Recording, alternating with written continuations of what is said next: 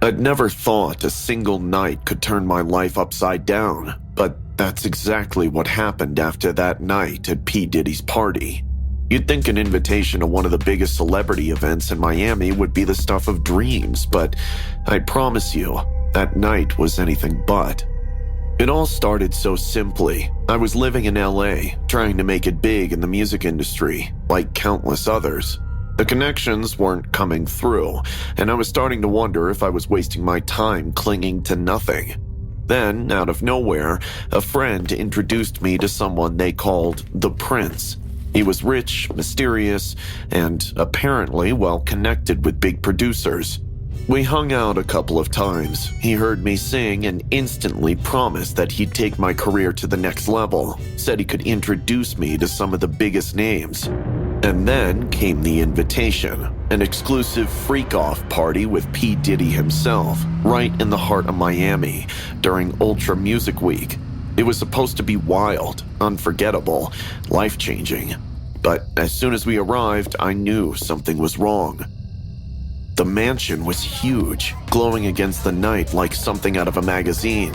People were everywhere, celebrities I'd only seen on TV, models draped in barely their outfits. Everyone looked perfect, but as I looked around, I started to feel it. But before I could react, security patted us down, took our phones and locked them in these weird little bubble cases. No cameras, no recording. That should have been my first sign. They weren't preventing pictures, they were hiding something big and nasty. Back then, I was naive enough to brush it off, thinking it was just some high-profile security measure. This was a private party, after all. Inside, everything felt different. It was dark, too dark, even with all the lights and music. I could see people in the pool, already tipsy, some skinny dipping as waiters walked around, handing out drinks. The air was laced with smoke and the thick scent of perfume. I tried to fit in, holding a drink, but something in me told me not to sip. It felt like eyes were on me, even when I wasn't looking. Then, out of the crowd, I noticed him, P. Diddy. He wasn't just a party host. He was the king of the court, strolling through the rooms, eyes gleaming, watching everything like a hawk. Then he spotted me. He stared and nodded, as if I'd been singled out. At first, he kept his distance, just glancing at me now and then, almost like he was studying me. I started to feel a strange tension. Everywhere I turned, he seemed to be there, watching from a dark corner, or smiling to himself, like he knew something I didn't. After a while, things got weirder. A man approached me, one of Diddy's sons, I think, and handed me a pair of white terry cloth slippers. "Go in the house," he said. "It's for VIPs only." I looked back, wanting to bring the Prince along, but he waved me off. "Just you," he said with a grin. My gut screamed at me to leave right then, but I told myself that this was my shot. I'd made it this far. I couldn't turn back now. Inside the house, it was worse. The lights were dim, but I could make out everything. People were doing things.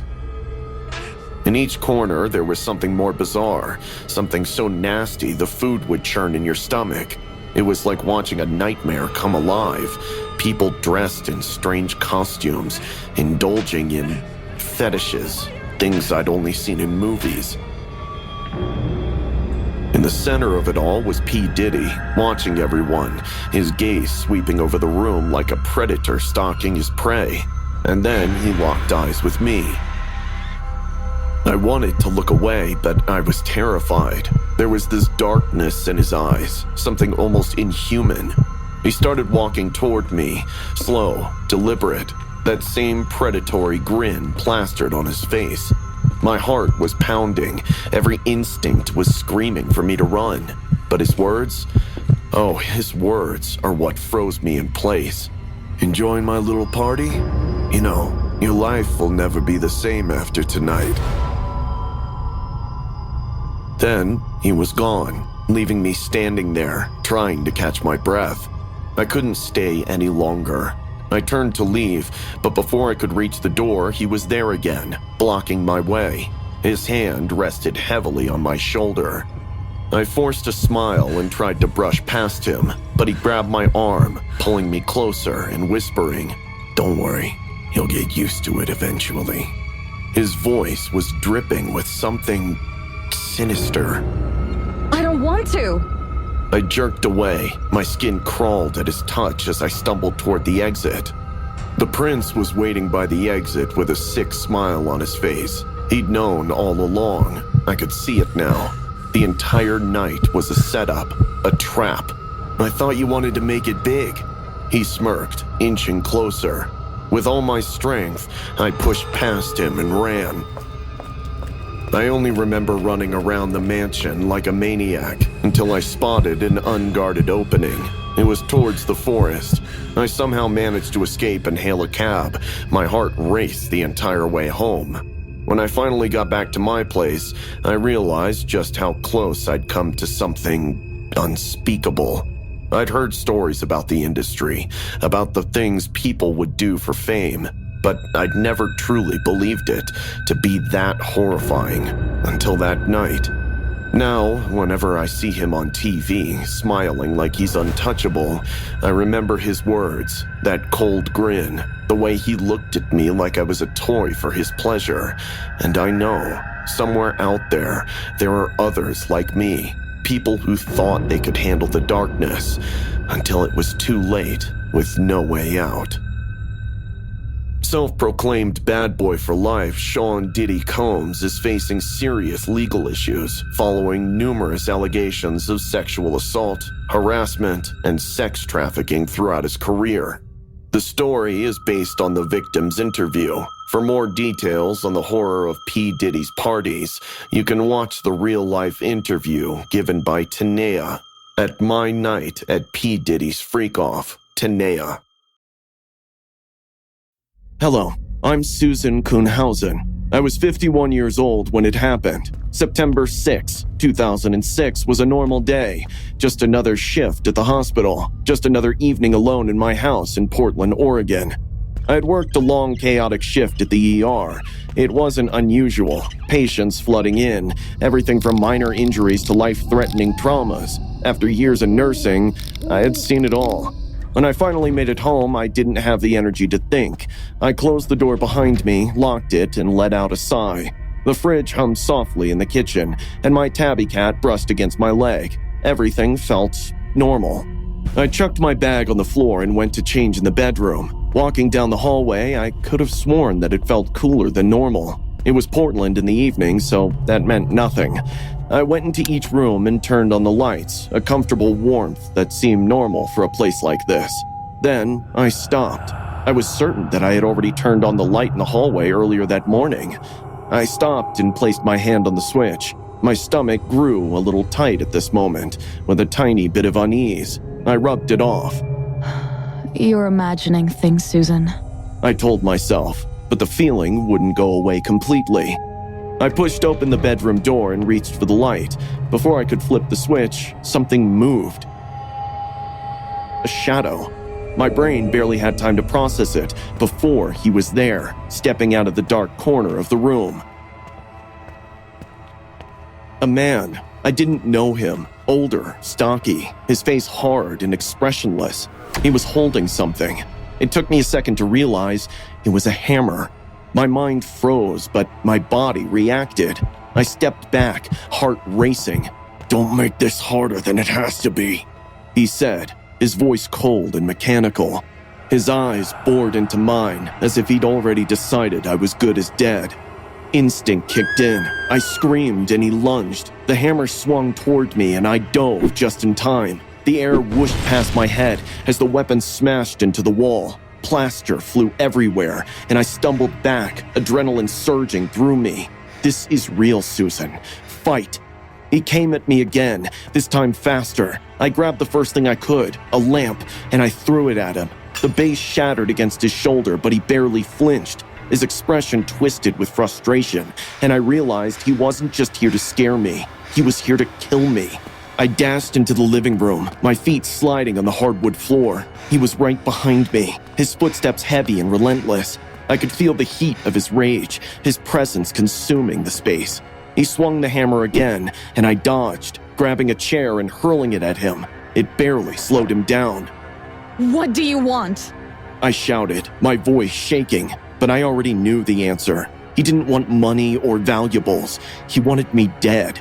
We struggled and he crashed into me like a freight train. I felt myself fall to the ground. His hands went around my neck. I scrabbled with everything, scratched and clawed and kicked. Years of nursing made me strong, and I put every ounce of it into surviving. In the scramble, my hand found the hammer. I wrested it from his grasp. A jolt of adrenaline gave me a power I wasn't aware I had, and I swung it at him. His face twisted in amazement. The first hit stunned him. He was on his knees in the second. He wouldn't stop. Even with blood dripping from his face, he thrust himself at me once again. I shrieked, the mix of fury and fear somehow forming something primeval in me. I struck again, and this time he fell. His body slammed to the floor with a horrific crack. The house grew quiet, except for my panting. I backed up, shaking, bleeding, and barely able to stand.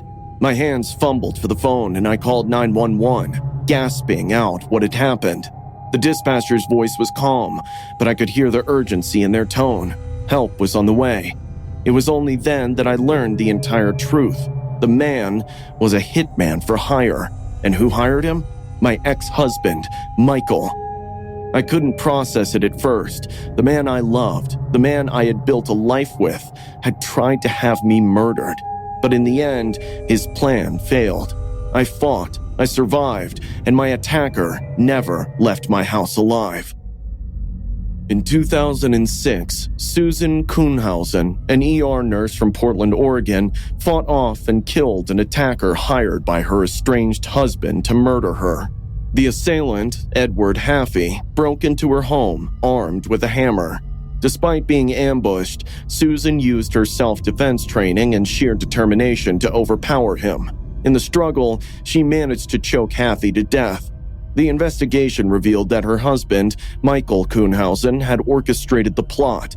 He was later convicted and sentenced to prison. Susan's bravery and quick thinking turned a life-threatening attack into a story of survival and resilience. I had met Sam just 2 years ago on a road trip to the Grand Canyon with our friends, and we had clicked. Since then, we had done over 9 such road trips, from Yellowstone to Europe and India. But then we decided to do the Australian outback. We were young and high on adventure, but all that changed when our car broke down. Hours passed before we saw anyone. The sun was sinking into the dust and I was getting worried. I had heard that it could be days before you would see anyone in the Australian outback because the place was so deserted. But that is when a truck finally pulled up. The driver, Grant, was about 50, grizzled and lean, with sharp eyes that didn't waste a second to check out my body. He offered to help, his voice gravelly, his smile a little too wide. Sam was relieved, but my sixth sense felt that something was wrong. Maybe we should wait for someone else, Sam. I don't know. Sam laughed it off. I tried to let it go.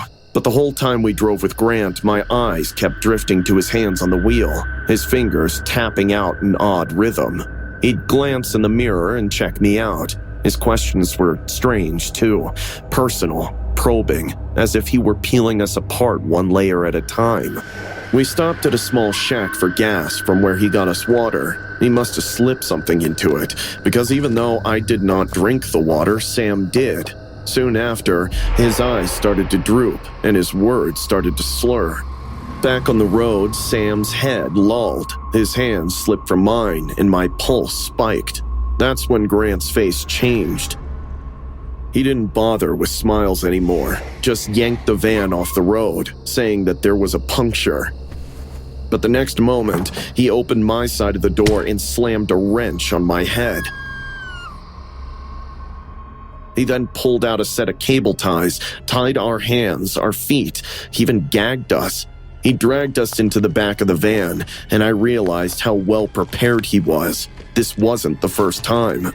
Night fell as he drove us deeper into the desert, farther from the highway, from any hope of rescue.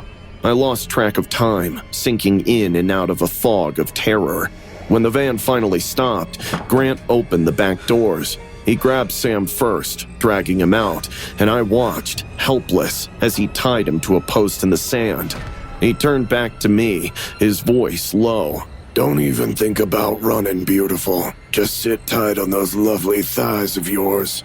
As soon as he was out of sight, I forced myself to move, working the cable ties against the rough metal floor. It was slow, agonizing, but the ties finally snapped, and I slipped out of the van.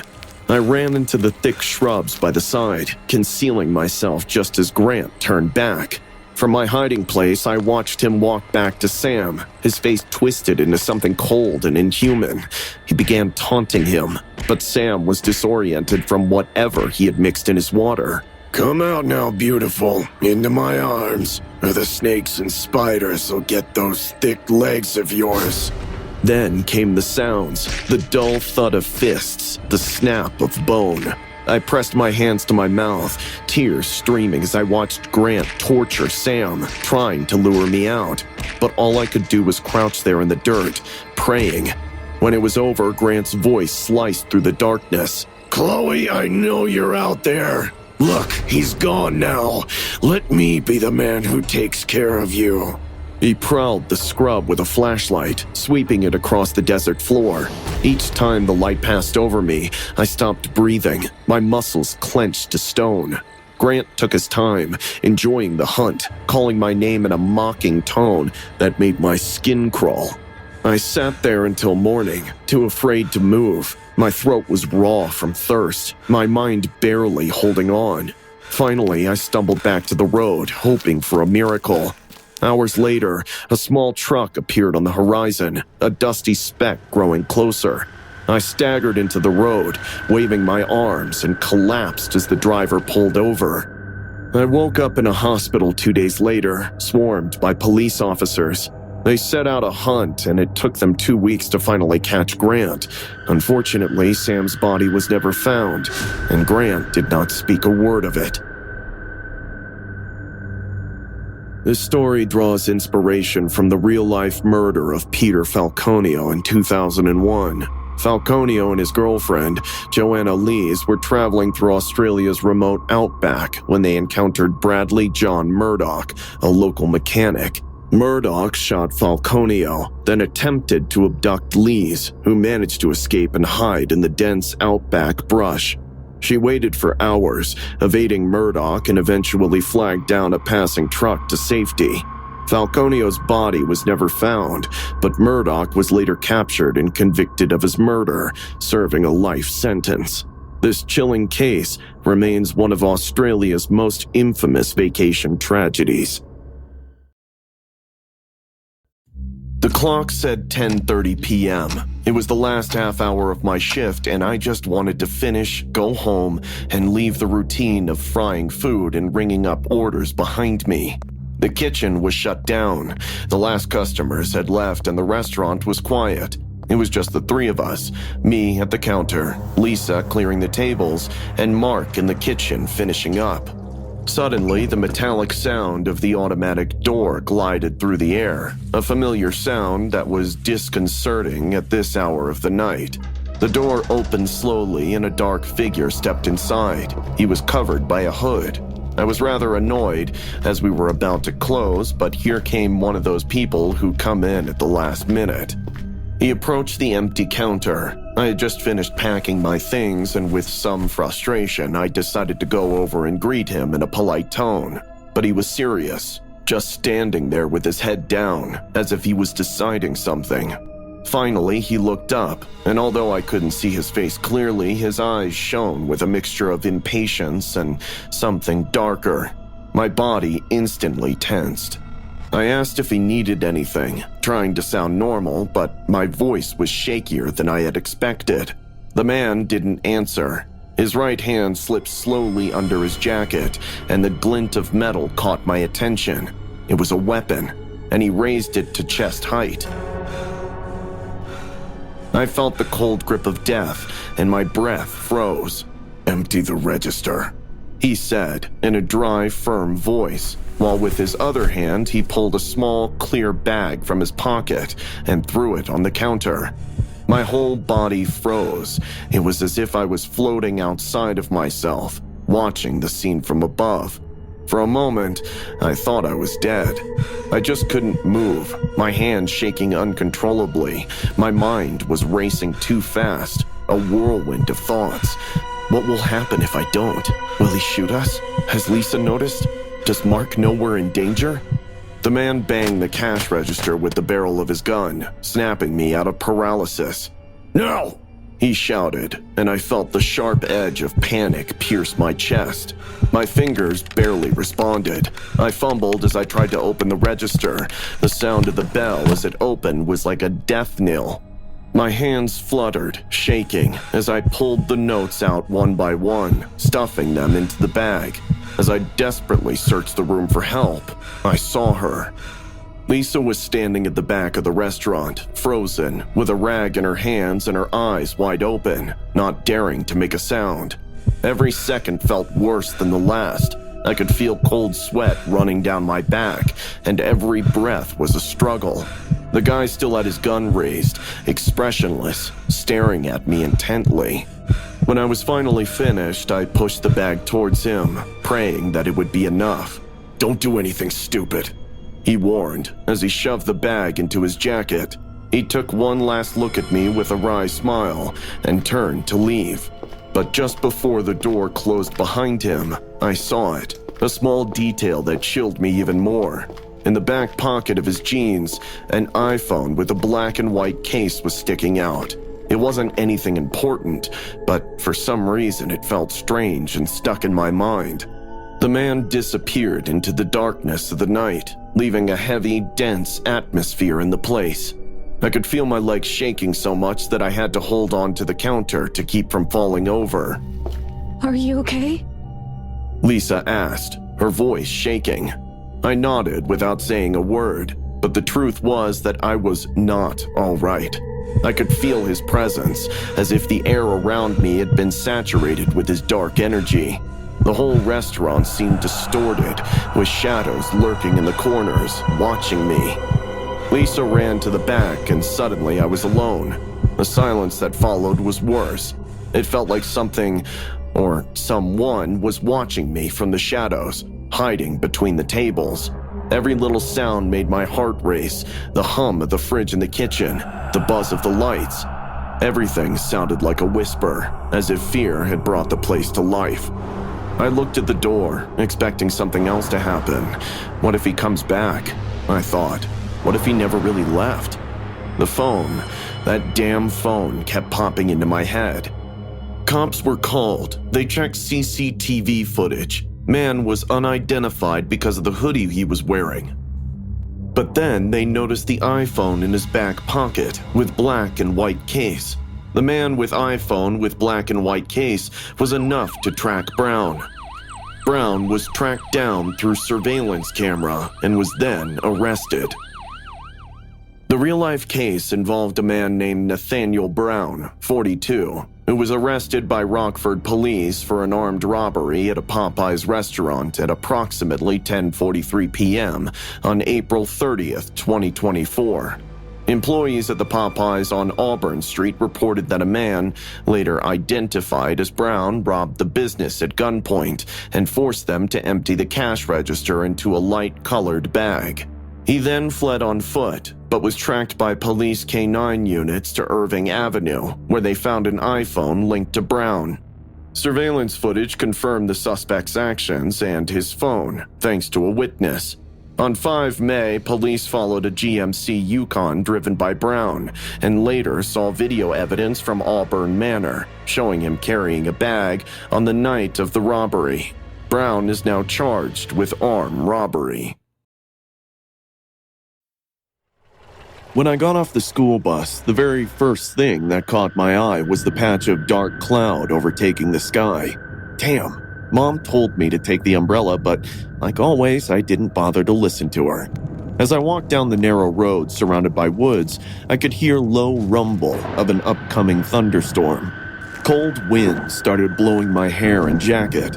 Suddenly, I felt someone was following me. I stopped and turned, but all I could see was the long, empty road behind me. I began walking again when I saw a man coming out of the woods. He stopped in front of me and said, "You need to come with me." I glanced at his face with a confusion, but he took out a badge from his pocket. "Look, I'm a cop, and I caught your brother smoking in these woods. If you want his bail, you need to follow me then," he said on a serious tone. Now, my brother Max is no saint, so even though it all seemed pretty redundant, I still chose to follow this guy because he was a cop. Why would a cop lie to a 14-year-old, right? Okay, let's go. Mom will be so mad. I replied nervously. The man didn't say anything more and started walking into the woods. Daylight has almost gone by then, and he turned on flashlight to make way. As we walked, I could hear the coyotes howling at distance. The weather was getting worse, and I could see our house at the distance. Will he spend the night in jail? I asked with hesitation, but the guy didn't reply, just kept walking. I asked the same question again, and he stopped. He suddenly held out a taser to my neck and screamed, "I ain't no cop, so just shut up and keep walking." The hair at the back of my neck stood up. I've come pretty far from my house. Judging the distance and the weather, I was confident that if I try to run or scream, I'll probably be dead. I knew I half walked into a trap and was standing in the deep woods with my kidnapper. Fine. I'll do what you say. He stared at my face for 5 seconds, then grabbed my left hand and started to walk. I didn't protest, just let him do what he wanted so he doesn't hurt me more. After walking for half an hour, we reached near a big boulder. The man pointed the flashlight under the boulder and I could spot a trap door. He pulled it open and broken stairs led to a dark cavern. "Get in!" he screamed. I looked around me one more time, then quietly went in. It was an old bunker, probably made during the wars for the army to stay hidden during the nights. There was a rugged mattress in one corner and an old wooden chair next to it. Empty beer bottles were rolling on the floor, and a small light bulb hung from the ceiling, which looked new. So, he had this all planned beforehand. What happened after is a lifelong trauma that lasted for 10 days.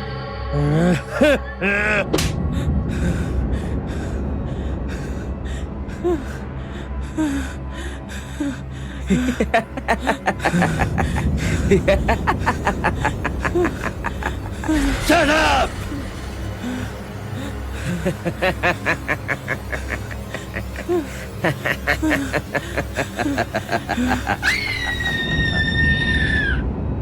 He would go out once a day and assault me every night. I let him do vile things to me, just so I can stay alive. At nights, I would wake up from pain and a dizzy state just to see him lying right beside me with an evil stare and an ear-to-ear smile. I could hear low sounds of birds chirping, owl hooting, lying on the dirty mattress, and that's how I counted days.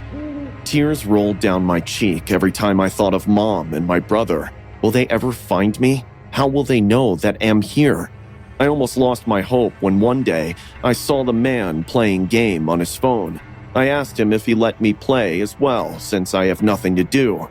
By then, he has started to believe that a timid, naive girl like me won't even think about escape because she prefers being alive.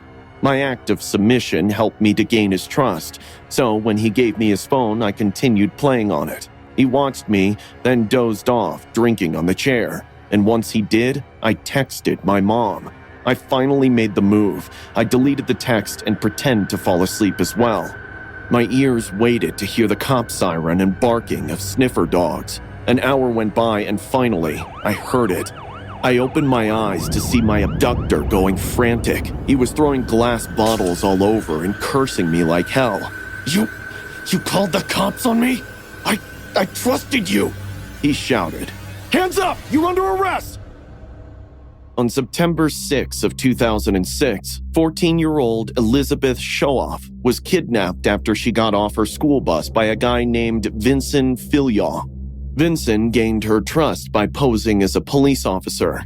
He walked her around in the woods and kept her prisoner in an underground bunker.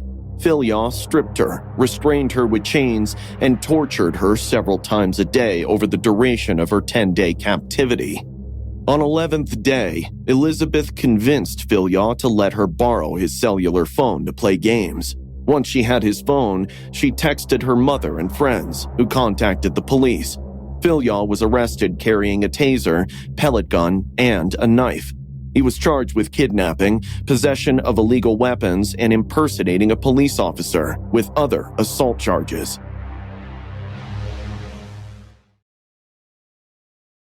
I'm 27 years old, a mother to a beautiful little boy, and I work hard to give him a better life. I lived with my fiancée, Marcine, in West Yorkshire, England. Things weren't perfect between us, far from it. Marcine had a temper, quick to anger over the smallest things. His harsh words and cruel remarks cut deep, but I stayed for the sake of our child. I thought things could get better. One Thursday, I was doing household chores, taking a leave from work. Marcine was usually quiet, sitting in the living room, barely looking at me. Later in that evening, he told me his friend Patrick was coming for dinner. Patrick was always unsettling to me, with a sneering demeanor that mirrored the actor from Shining, but I didn't say anything to avoid another fight. Around 9, 3 of us sat down to eat. Marcine and Patrick shared some private jokes, laughing loudly while I ate in silence. The tension in the room felt suffocating, but I stayed calm, thinking about my son and how this was just another moment to endure. I excused myself after dinner to clear the dishes, hoping to find some quiet. Then, as I turned to leave the room, I felt a sharp, cold pressure against the back of my neck. Before I could react, an electric jolt surged through my body. My knees buckled, the world spun, and everything went black. Sound of digging and dirt hitting a hard surface woke me up. Opening my eyes, all I could see was pitch black darkness. My wrists were bound tightly in front of me with tape, and my legs felt like they were pinned together. I tried to move, but the confined space pressed back against me. Panic started to set in as I realized I was inside something small and tight. Maybe a box. I screamed for help, my voice trembling with fear. Marcin! Marcin, what's going on? Muffled voices answered, their tones chillingly casual. She's awake, Patrick said, his voice almost amused. Good, Marcine replied. Let her scream. It doesn't matter now. My heart raced. What did he mean? I strained to hear more, but the sound of dirt hitting the box drowned out their words. My breath hitched as the reality hit me. They were burying me alive. Please don't do this! I screamed, kicking and thrashing against the walls of the box. My pleas grew more desperate as the dirt piled on, muffling the sounds of the outside world. And then, few minutes later, I heard a Marcine's car drive away. Oh God, they left me to die. Inside the box, the air grew hotter and thinner. The darkness pressed in on me, choking me with fear. My mind raced, trying to understand how the man I once loved could do this. Why? The dirt continued to fall, sealing me away from the world. My body shook with sobs as I clawed at the tape binding my wrists. Then, I felt it, the sharp edge of my engagement ring. My breath caught in my throat. Could I use it? It was small, but it was something. I twisted the ring against the tape, grinding it back and forth until my fingers throbbed with pain. Time seemed to stretch endlessly, the weight of the earth above pressing down on the box and on me. Finally, the tape snapped. My hands were free, but the battle was far from over. Using my hands, I pushed at the cardboard walls. It was weak, but reinforced by the weight of the dirt. I clawed at it with everything I had, tearing through it piece by piece. My nails broke and my fingers bled, but I didn't stop. Finally, the box gave way, and dirt cascaded around me. I pushed through, inch by agonizing inch, until my hand broke the surface.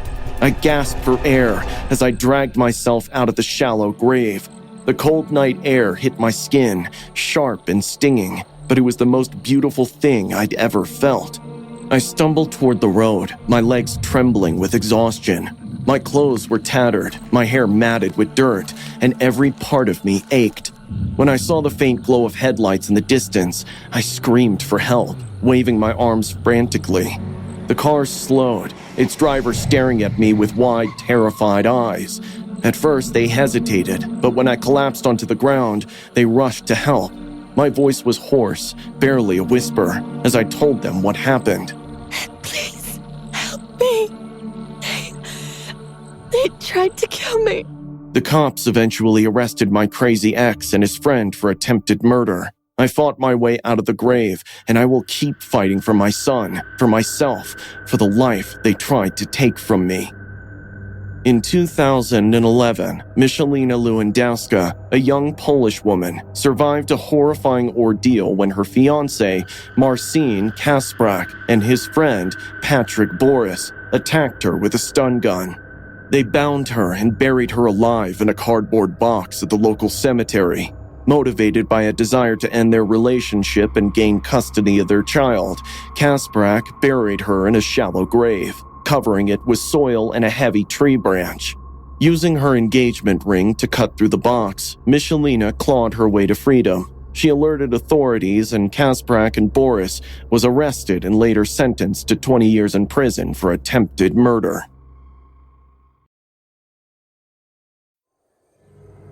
I went into the woods to find peace. Arizona's wilderness, vast and untouched, was my sanctuary. Hunting wasn't just a sport for me. It was therapy, a way to clear my head and escape the pressures of daily life. When I packed my gear and left my phone behind, I felt a calm I hadn't felt in months. No deadlines, no distractions, just me and the forest. By the time I set up camp, the sun was sinking behind the dense canopy. The crackle of my fire was the only sound in the stillness. The stars shone brighter here, untainted by city lights, and the solitude wrapped around me like a warm blanket. But something about the forest felt different. That first night, I dreamed of whispers, low and slurred, like voices spoken through water. I woke up many times, drenched in sweat, but saw nothing. The next morning, I shook it off and headed deeper into the forest. A hunter's instincts don't leave room for fear. Hours passed before I saw it, a weathered, dirt-caked shoe, half buried in the soil. At first, I thought it was just trash. Then, I noticed the bone. It was a foot, still partially wrapped in rotting leather. The flesh had decayed long ago, leaving nothing but skeletal remains. My stomach churned as I crouched down, digging cautiously around it. The earth revealed more bones, leg bones, a spine, fragments of a skull. My hands shook as I realized what I'd stumbled upon. I told myself it had to be an old tragedy, maybe a lost hiker from years ago. That explanation didn't sit right, but it was enough to keep me moving. By midday, I found another body, or what was left of one. A forearm dangled grotesquely from a tangle of roots, its fingers curled as if frozen mid-scream. Nearby, a skull rested on a rocky outcrop, its hollow eyes watching me. My rational mind broke apart as the realization hit me. This wasn't a place of accidents. It was a graveyard, and whoever put these remains here wasn't done. The smell followed me back to camp. A rank, rotting stench that clung to my clothes, my skin, my hair.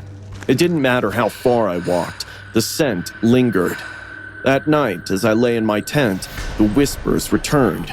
They were louder now, distinct but incomprehensible. It wasn't the wind, it wasn't animals, it was voices. That night, I was finishing dinner when I heard footsteps. They weren't like mine, cautious and light. They were deliberate and heavy, each step crunching leaves and snapping twigs.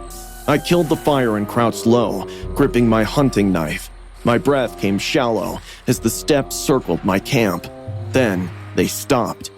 Minutes dragged by. My muscles burned from staying still. Then I saw movement, a shadow flitting between the trees. A man stepped out into the clearing, dragging 2 large black trash bags. He wore a dark hoodie pulled low over his face. The bags he carried leaked something wet and black, and the air grew thick with that same rotting stench. I watched in frozen horror as he began digging, His movements were methodical, practiced like he'd done this 100 times before. He muttered to himself, low and angry, words I couldn't make out. When he opened the first bag, the pale glint of human flesh spilled out. I couldn't look away. Then I stepped on a branch. The man's head snapped up, and his muttering stopped. He turned slowly, his face still obscured by the shadows. Who's there? His voice was sharp, ragged, laced with fury. My body was frozen with terror. Then, in one horrifying motion, he picked up a shovel and started toward me. I bolted. The forest exploded around me as I ran, branches slashing at my face and arms. His shouts echoed behind me, closer than they should have been. I could hear his boots pounding against the dirt, the shovel scraping against roots as he chased me. My lungs burned, and my legs screamed for rest, but I didn't dare stop. I glanced back once and saw him, not 20 feet behind me, his hood fallen back to reveal wild, sunken eyes and a face twisted in rage. I tripped, hitting the ground hard. The impact knocked the wind out of me, and I scrambled to get up. He was almost on me, the shovel raised high, ready to strike. But then a sound split the air, a distant truck horn on the highway. It was enough. He froze, his head snapping toward the noise. At that moment, I lunged to my feet and kept running. I didn't stop until I reached my truck. I fumbled with the keys, bloodied and shaking, and barely managed to shove them into the ignition. The engine roared to life, and I tore down the dirt road, tires kicking up dust. I didn't look back. When I reached the police station, I told them everything. They didn't question me. The look in their eyes told me they'd heard similar stories before, but none had lived to tell them. The Walter Harold Mitchell case gained attention in December 2020 when human remains, including severed body parts, were discovered in multiple locations near Prescott, Arizona, by some hunters on a hunting trip. Investigators traced the remains to a single victim and identified Mitchell, 59, as the suspect. He had owned a business dealing with cadavers for medical research, but reportedly transported body parts after closing his company in Washington state. Mitchell was accused of improperly discarding the remains in the Arizona wilderness. He was arrested and charged with multiple counts of abandoning or concealing a dead body. The case highlighted ethical concerns in the handling of human remains. We had just arrived in Beverly Hills 2 days earlier, excited about the unique opportunity to attend one of the most exclusive parties in the country. I'm an independent musician, and honestly, this was a once-in-a-lifetime opportunity for my career. I decided to bring my girlfriend, Sherry, with me. We never imagined that our little adventure in the U.S. city would lead us here, a private party hosted by Sean, better known as P. Diddy. One of his famous white parties. Everything felt so surreal, almost like living in a movie. It was unbelievable. Celebrities everywhere. Justin Bieber, Lady Gaga, Adele, Taylor Swift, and the great Beyoncé, who walked through the party like a goddess among men. And why shouldn't she be? She's one of the biggest stars around. But what caught my attention the most was the man of the hour, P. Diddy, the host of the party and the one who would give me the chance to become a major artist. The night felt glamorous. The lights shimmered over the pool as the guests, mostly celebrities and influential figures, laughed and drank non-stop. It was then that our host approached us, P. Diddy. He greeted us with a smile that was as charming as it was imposing. This man could make you disappear with a snap of his fingers.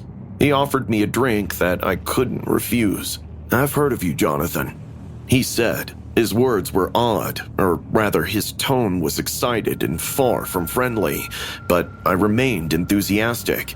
"You have potential. Maybe we can do something great in music together." I was completely ecstatic because the great Diddy, without even talking to him first, was offering me a chance to make it with the big names in music. It felt unreal. But Sherry noticed something strange. There were a lot of people much younger than us at the party, accompanied by much older men. We thought they were her parents. We were too impressed to be there in the midst of all of this luxury. But as the hours passed, the atmosphere grew darker, more unsettling. The partygoers began to disappear. All the younger people and the old men were gone, and the laughter turned to unsettling whispers. Something was happening, and the looks on the celebrities' faces made it clear. Diddy passed his hands over a few artists, and then he came over to me. He said he wanted to talk, suggested I stay a little longer, and then he had something special in store for me. It's time to go. Sherry told me the moment she realized something was wrong. But before we could leave, 2 guards blocked our way, and P. Diddy's smile was gone. Now his face showed something that made my skin crawl.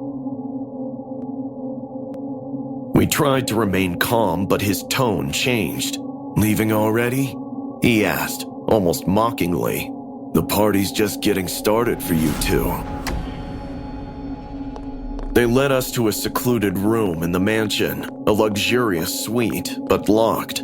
As we walked toward the room, we could hear children crying or gasping. It was terrifying. We wanted to leave, but they wouldn't let us. Once inside, we realized that we were prisoners there. P. Diddy wanted something from me, and it wasn't just a music deal. We had been tricked, lured into a trap with no way out.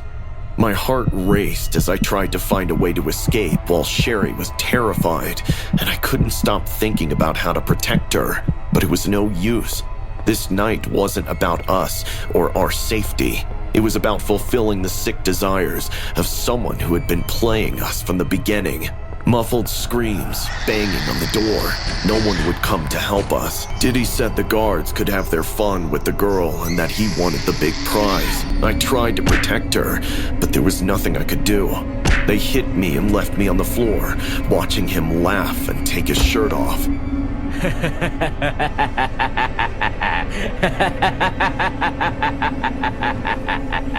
Please stop!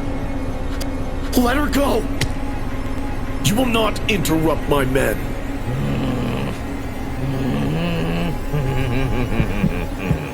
Let her go!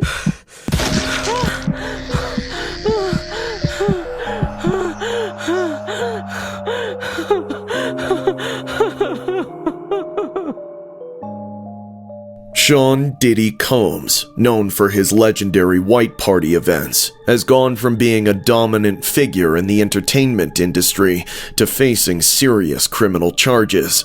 The gatherings, attended by stars including Justin Bieber, Mariah Carey, and Paris Hilton, were once seen as the event of the year, but are now mired in allegations of abuse and exploitation, with some attendees claiming they were victims of it all.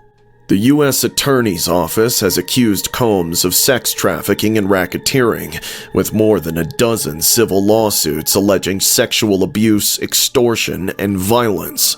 The lawsuits describe an environment in which drugs and threats were allegedly used to coerce people, and some participants said they felt intimidated by Combs' power in the industry.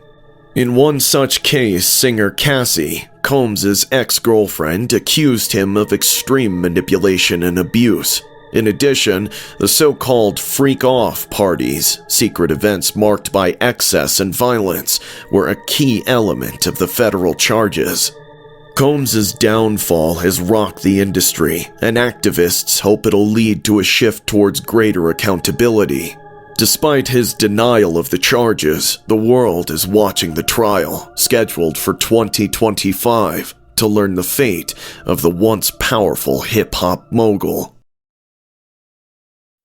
That Christmas Eve was almost perfect. The night was cold, stars scattered across the sky, and the warmth of our little house wrapped around us as we put the last few ornaments on the tree. My sisters and I had begged Mom to keep us up just a little longer, just a few more minutes to make Christmas last, to stretch out that magical night. We'd pulled out all the tricks we knew. Just one more story, Mommy. Please? Can we sing one more carol? She had laughed, indulging us, but finally, just like every year, she promised us Santa wouldn't come if we were awake, and up we went. Reluctantly, but with a kind of breathless anticipation of the morning. So, up we climbed, leaving her by the tree. I still remember her face, warm with the soft light of knowing her children were happy. Only, it didn't stay that way. The scream was what got me. It ripped right through the house, thick with fear. I didn't know it was my mother's voice right away. There's something in a true scream that doesn't sound human, something that feels like it reaches out to grab you in the dark and frees you where you stand. My sisters and I stumbled out into the hallway, barely awake and totally clueless. The house was still dark except for the weak glow of the Christmas lights from the living room. My youngest sister clutched my arm, her eyes wide and frantic. We all stayed still, paralyzed, listening to that awful silence after a scream. But then, a faint sound took over. Footsteps. A man's footsteps. He wasn't like a shadow. He was more real than that. The closer he came, the clearer his face was, even in the dark. And it wasn't the face of someone we knew. Not a neighbor, not a family friend, not even a stranger you'd see in the street. Something was off. Something that told all of us, that he shouldn't be there. Shh. He brought his index finger to his lips. That's when it came to light, the glimmering blade. He was holding a knife. Its cold metal glinted, even in the weak Christmas lights that danced along the walls. He didn't move like a man who was lost or scared. He moved with purpose. His eyes locked on us, not in a way that was angry or even rushed, just deliberate. My mother, who I noticed cornered behind the tree, screamed again. It was a sound of pure terror, a sound that seemed to come from her very soul. We wanted to run, but it was as if we were all glued to the floor. I'd read about the fight or flight response, but I never knew about freeze. That's what it felt like everything around us had stopped, and we were just stuck there, trapped in some horrifying nightmare we couldn't wake up from. I heard a shuffle, a muffling sound, and my mother's voice rose in a high-pitched whimper. I saw her then, lying against the wall, clutching her stomach. Her hands were red and sticky. Blood, so much of it. She tried to stand, but couldn't. Her face twisted with pain, fear, and something else, like she was begging us not to be there, to go away, as if that would keep us safe. He didn't stop. He just stood there, towering over her. His chest heaved as he held the knife out. His breathing filled the room, almost rhythmic. It was the only sound other than the faint buzz of the Christmas lights. And then, without a word, he lifted the knife again, so calm like it was nothing, and brought it down hard. I don't remember the scream that came out of me. I don't even know if it was real or just in my head, but it was like something broke inside of me, like the scream was everything I was in that moment. Every terrified second stretched out as he lifted the knife again and again. I could feel the warmth of my sister's hand trembling against mine. She was sobbing, but it was silent. Her face was buried in my arm as her tiny frame shook with fear. I wanted to cover her eyes, but I couldn't move. I just couldn't. The knife kept coming down, each time a thud, each time another flash of blood. The way he moved, it was like he was possessed, like he wasn't even human. His face held this expression, one I can still see if I close my eyes. Blank, emotionless, like it was nothing to him, just a task, something he was supposed to do. I realized then that he'd come for her. It wasn't a robbery, but a homicide. He looked up once, finally, his eyes finding us through the dark, and for a moment, his lips curved. Not a smile, not quite, but close, like he knew he'd won, like he knew this night, this Christmas, was his.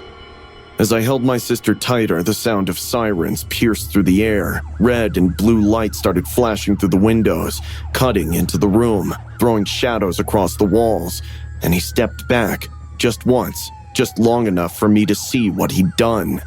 Mom was silent, still, her eyes open, but not seeing us anymore. The man was gone before the police got there, vanishing into the cold Christmas night. leaving behind nothing but the echo of that awful scream, the red stains across the floor, and the hollow space that my mother used to fill. They never found him. The questions were left hanging, and we were left wondering. And every Christmas since, it's like she's there with us, her face pale and her eyes wide, forever trapped in that night. Only the lights feel dimmer, the laughter quieter, like even our happiest moments are haunted by her memory. Christmas isn't the same, and it never will be. It was December 22nd, 2013, and Patricia Burns was making turkey on Christmas Eve with her 2 daughters when her ex, Clifford Burns, stopped by the house wearing a mask. He stabbed Patricia to death right in that kitchen. Unfortunately, her teenage daughters watched their mother meet a horrifying end before calling 911 for help. Clifford Burns gave reason that he just wanted to see his daughters after the rocky marriage with Patricia. Burns, 46, was charged with second-degree murder. He accepted a plea deal and was sentenced to 23 years to life behind bars. I never thought that fear would cripple me, but that night it did. My name is Cool, and the face that still haunts me wasn't real, even though it was a mask. The man behind it, though, he was the true monster.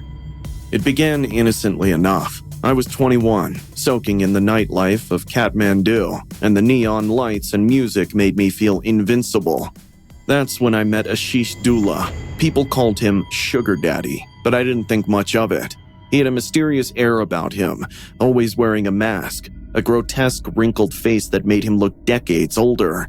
It was bizarre and unsettling, but he seemed harmless enough. That night, he took me to an exclusive after-party. My gut was telling me to decline, but the allure of wealth and exclusivity clouded my judgment. He promised something unforgettable, and he was right, just not in the way I expected. The drive to the party seemed interminable, with city lights dwindling to darkness. But the time we arrived at the house, it was looming eerily in darkness, the windows dark, empty sockets. My unease increased, but I entered behind him. The air inside was suffocating, heavy with an unplaceable stench. The room was dim, lit only by a flickering bulb that seemed more like a dying heartbeat than a source of light. Ashish's demeanor changed, the charm went away, and something cold and predatory took its place. "Relax," he said, his voice dripping with false reassurance. Before I could react, hands grabbed me from behind. I thrashed and screamed, but they were too strong. They dragged me into a room and tied me to a chair. Ashish stood in the corner, his mask glowing faintly in the dim light, as if it were alive. "Let's begin," he said softly, almost kindly. The first burn seared into my skin like liquid fire. They heated an iron rod until it glowed red, pressing it against my arm while laughing at my screams. Tears blurred my vision, but I could still see Ashish, watching, tilting his head like I was some experiment. "Do you know why I wear this mask?" he asked, stepping closer. "Because it lets me see who you really are when the fear takes over." They didn't just hurt me, they played with me, feeding on my terror. They'd stop and offer me water and even untie one of my hands, then start again when hope flickered in my chest. One of them brought out nails and a hammer. The sound of the first strike against my finger was drowned out by my own screams. The worst part wasn't the pain. It was Ashish's eyes behind the mask. They were empty, lifeless, as though he wasn't even human. They left me alone at some point, perhaps assuming I was too broken to escape. But adrenaline is a powerful thing.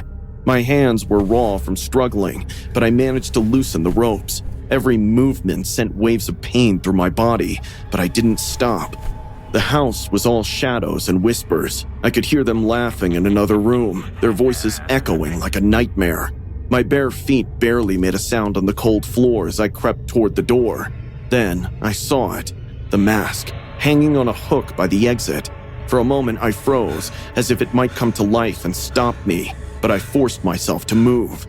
I burst out into the night, the cold air biting into my wounds. I ran, the world a blur of tears and pain until I found a police station.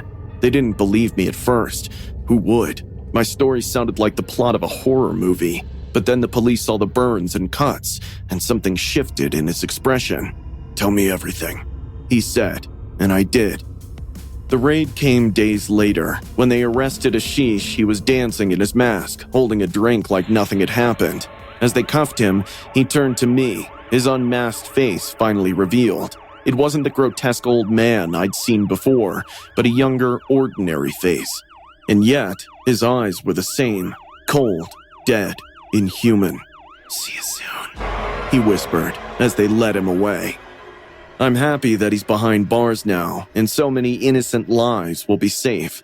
But even today, I cannot sleep without that mask and the ringing of the hammer on my nails. Ashish may be behind bars, but the shadow of Ashish has been there, reminding us that monsters do not always roam in the dark. Sometimes they are among us, carrying masks. Ashish Dula, 33 years old from Nepal, known as Sugar Daddy, has been accused of horrible torture. Dula reportedly befriended teenagers through clubbing, inviting them to his home where he subjected them to severe abuse, including the use of hot iron, drill, and a grinder. Victims have stated that Dula derived pleasure from their suffering. Despite coming from a wealthy family, which may affect his legal situation, the case has raised significant concerns about justice and accountability. I'll never forget that harrowing night. I went to a mansion party thinking it was just another Hollywood opportunity. My friend Jen had invited me, all hyped up about how this would be the place to make real connections. We were both models at the time and it was paying well, but we wanted more. Anyone can be a model, but to be a star? Now that was a dream worth chasing. There's gonna be A-listers at the party, babe. Reb told that this is the party. We can't miss this, babe.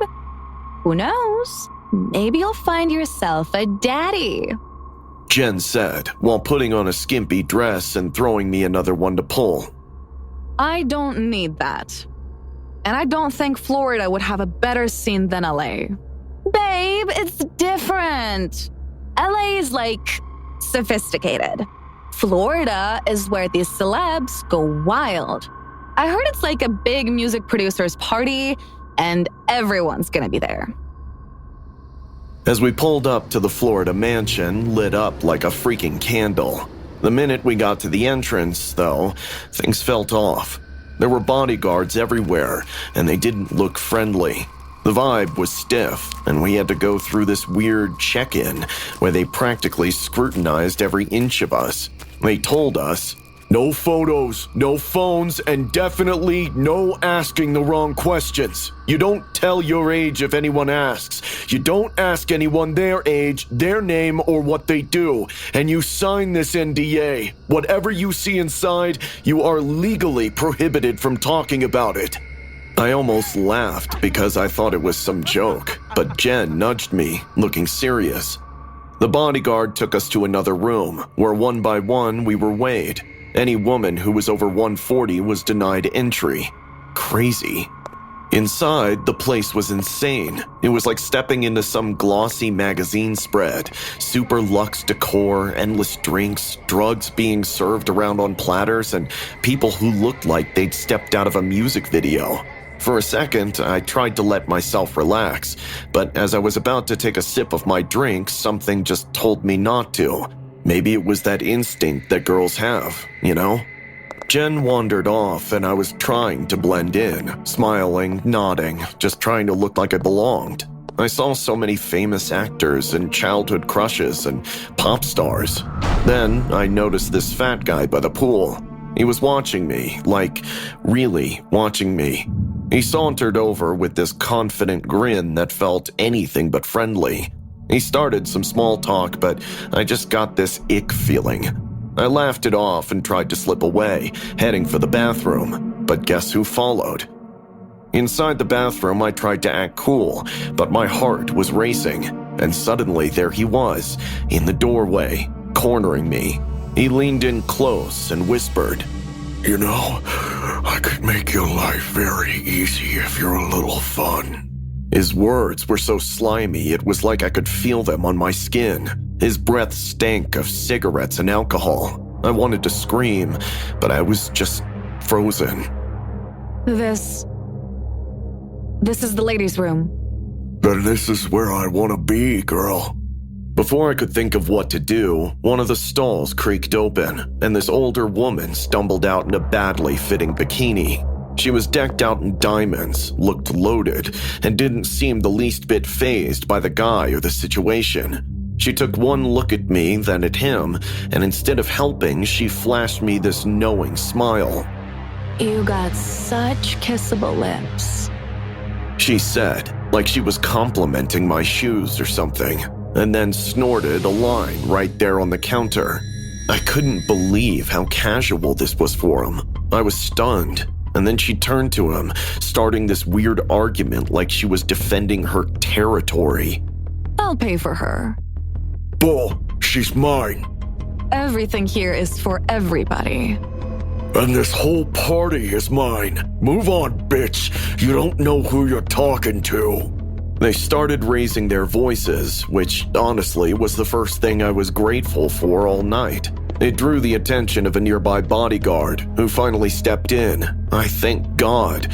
But as he walked up, he gave me this dead-eyed look and said, "Stop causing a scene. Either pick one of them or get out." That was it. I was done. My brain kicked into survival mode. I slipped past all three of them and got out of there. I went to find Jen, but she had her tongue down the mouth of a famous rapper, so I was scuttled. I didn't stop until I was out of the mansion, inhaling fresh air, shaking, wondering what on earth I'd just gotten myself into.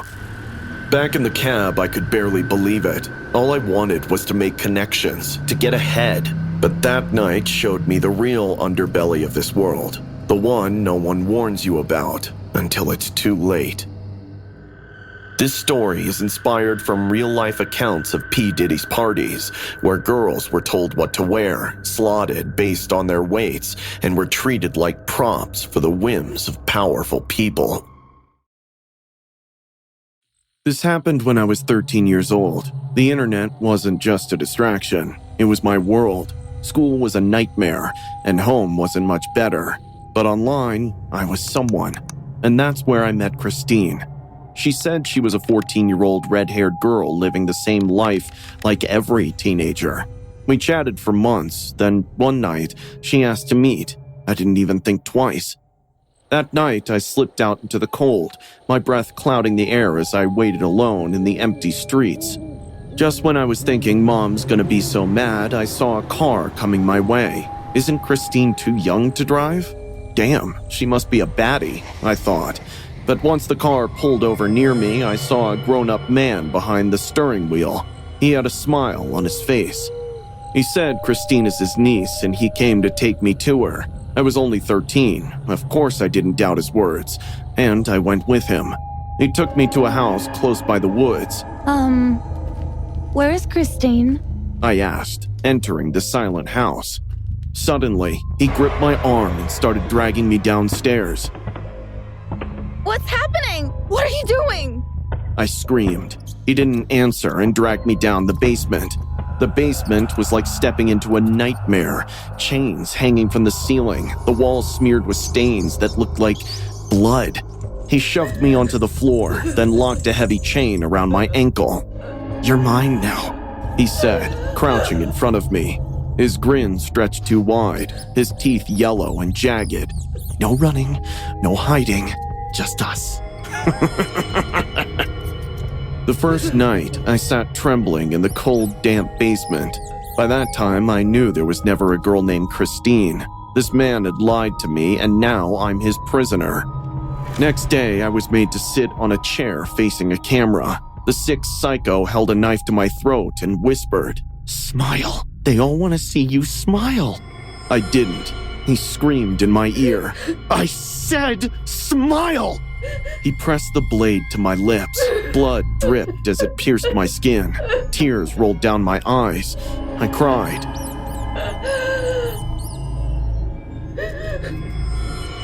Why are you doing this to me? So you won't listen, huh? He took out a duct tape and started taping my mouth and nose shut. My chest tightened as I struggled to breathe. My heart raced as panic set in. He lit a cigarette, the tip glowing as he leaned in close. "You want air?" he asked, his tone light, almost playful. "Then behave." The cigarette came closer, the smoke stinging my eyes.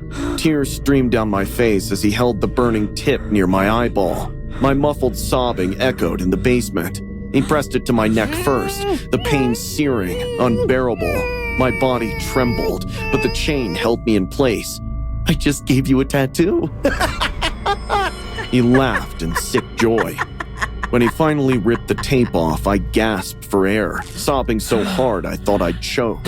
He smiled, patting my cheek like I was a child. "Good girl, you're learning."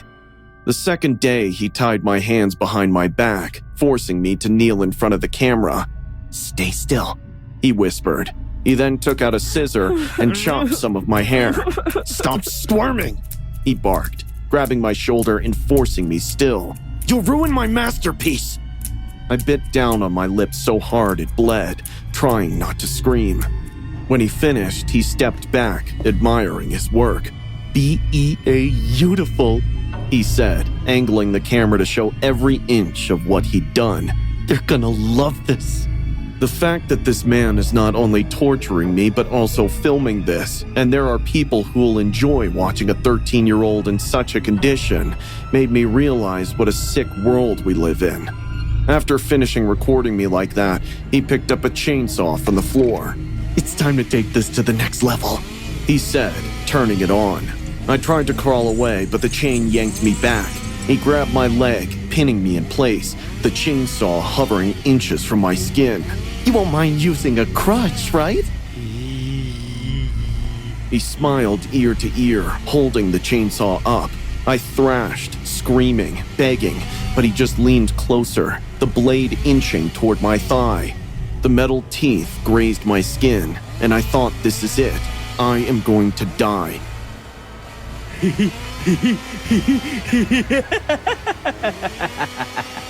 Then the door burst open. Shouts, flashlights. The roar of the chainsaw cut off as men in uniform stormed the room. He didn't fight. He just stood there, smiling as they cuffed him. I don't remember much after that. The chains were gone, and someone carried me into the light, but part of me is still in that basement. Even now, when I close my eyes, I hear the hum of the chainsaw. I feel the blade on my skin, and I wonder how close I came to never leaving. On New Year's Day 2002, 13-year-old Alicia Kozakevich got kidnapped by 38-year-old computer programmer Scott Tyree, who befriended her pretending to be a 14-year-old girl online. Over the course of 4 days, Alicia was held captive, shackled, abused, and tortured in Tyree's basement dungeon. Tyree filmed the abuse and also broadcasted it on the dark web. A viewer in Florida recognized Alicia from news stories and a missing persons flyer. He contacted the FBI anonymously and via a payphone because he feared being charged as an accessory to the crime. Tracking Tyree's IP address, the FBI arrested him on January 4, 2002. In September 2003, Tyree was sentenced to 19 years and 7 months in federal prison. The night of April 15th began like any other. It was a Friday evening and I was finally free from the grind of my job as a lawyer. I enjoyed a fun dinner with some friends over drinks at a local pub. Nothing out of the ordinary, right? Nothing that would prepare me for what was about to come. By the time I got back home, the hum of city life seemed to be dying down. I live alone in a fancy apartment complex in Houston, Texas, secured with gates, cameras, and round-the-clock guards. It was the kind of place you were supposed to feel safe at.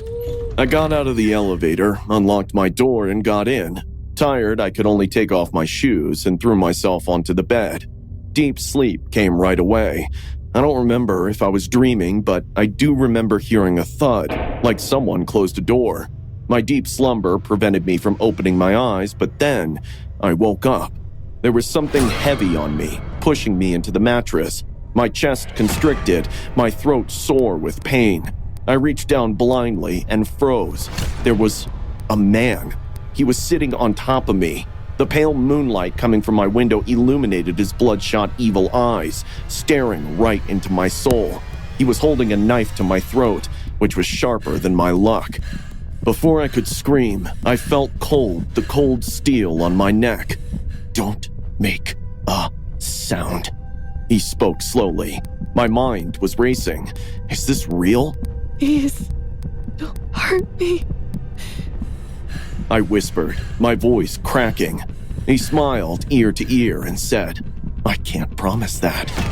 My heart pounded in my chest. Fear rooted me to the spot, but survival instincts kicked in. I thrashed and screamed as loud as I could, hoping that anyone would hear me. I started kicking my hands and legs, trying my best to push the man away. His knife flew into the dark corner of my room. Still, he pinned me down with his weight.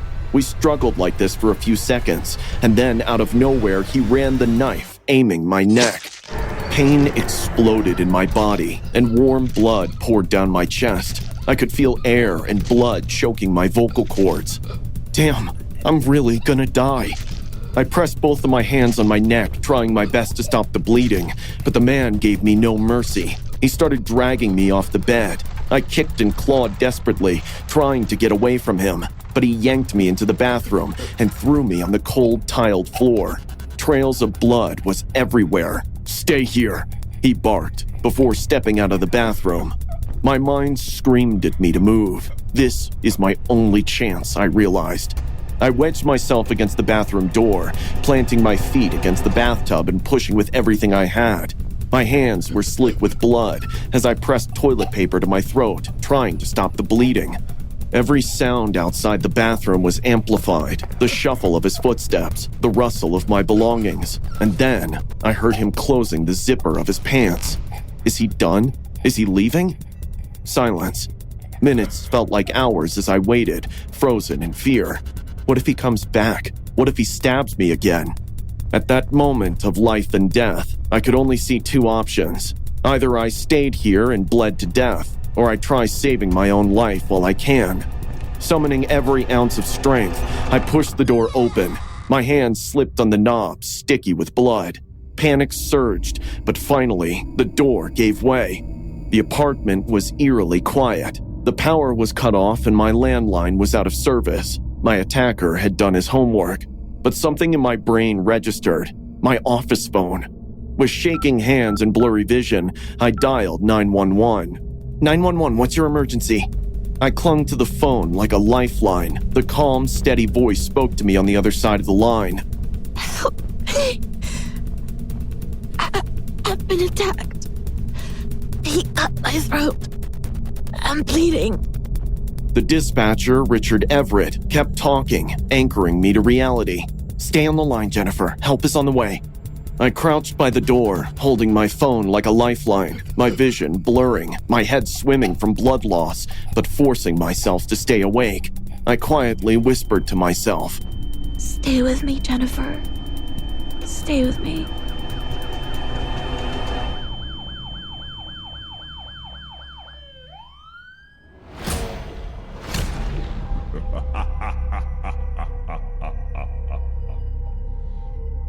Jennifer Murray survived a harrowing attack in 1995 in Houston, Texas, when a man broke into her apartment. The intruder, later identified as an off-duty security guard, Brian Gibson, who assaulted her and slashed her throat.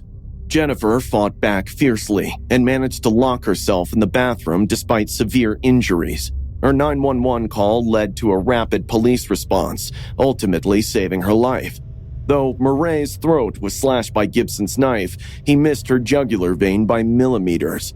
Brian Wayne Gibson was convicted of attempted murder and sentenced to 20 years in prison.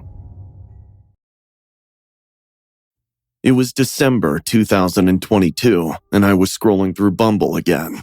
Everyone around me was settling down, getting married, buying homes, starting families. At 30 years old, I felt like I was falling behind.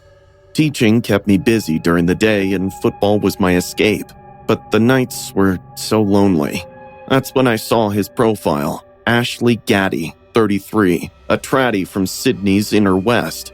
His pictures showed a strong, confident man with intense eyes. I'm looking for something real. Tired of the games. Want to grab a coffee? We matched, and within minutes he messaged me. He seemed different from the other guys, more mature, more focused on finding real love. When we met for our first coffee date, I felt butterflies in my stomach. He was even more handsome in person, with strong hands and a gentle smile. You know what I really want? A family, a real connection, someone to build my life with. 2 dates later, I knew I wanted my friends to meet him. We rushed, maybe, but he was the one, or I thought so. So December 17th came and I was nervous. I'd never brought anyone to meet my friends before. The Christmas drinks at the pub in Marsden Park seemed like the perfect opportunity. Ashley arrived to pick me up, and everything felt perfect. The night was going well. My friends spent most of it getting to know him, my new man. Then came the drinking game. Someone asked about past relationships. Well, there was this one-night stand. But just then, I saw Ashley's face change instantly. We should go. My friend Taylor offered to let us stay at her place since we'd both been drinking, and around 1:30 a.m. we went to the spare bedroom. The moment the door closed, I knew something was wrong, terribly wrong. Ashley's face had completely changed. His gentle smile was gone. You just had to tell everyone about that guy, didn't you? Ashley, it was nothing. It was before I met you. You made me look like an idiot. Ashley, please. You're scaring me. Scaring you? You have no idea what fear is. Everything happened so fast. He jumped at me like a wild animal, throwing me to the ground. Help! Shut up! His hands squeezed my throat so tight I couldn't breathe. I kicked and tried to fight back, but he was way too strong. Then the punches started coming, one after another, straight into my face.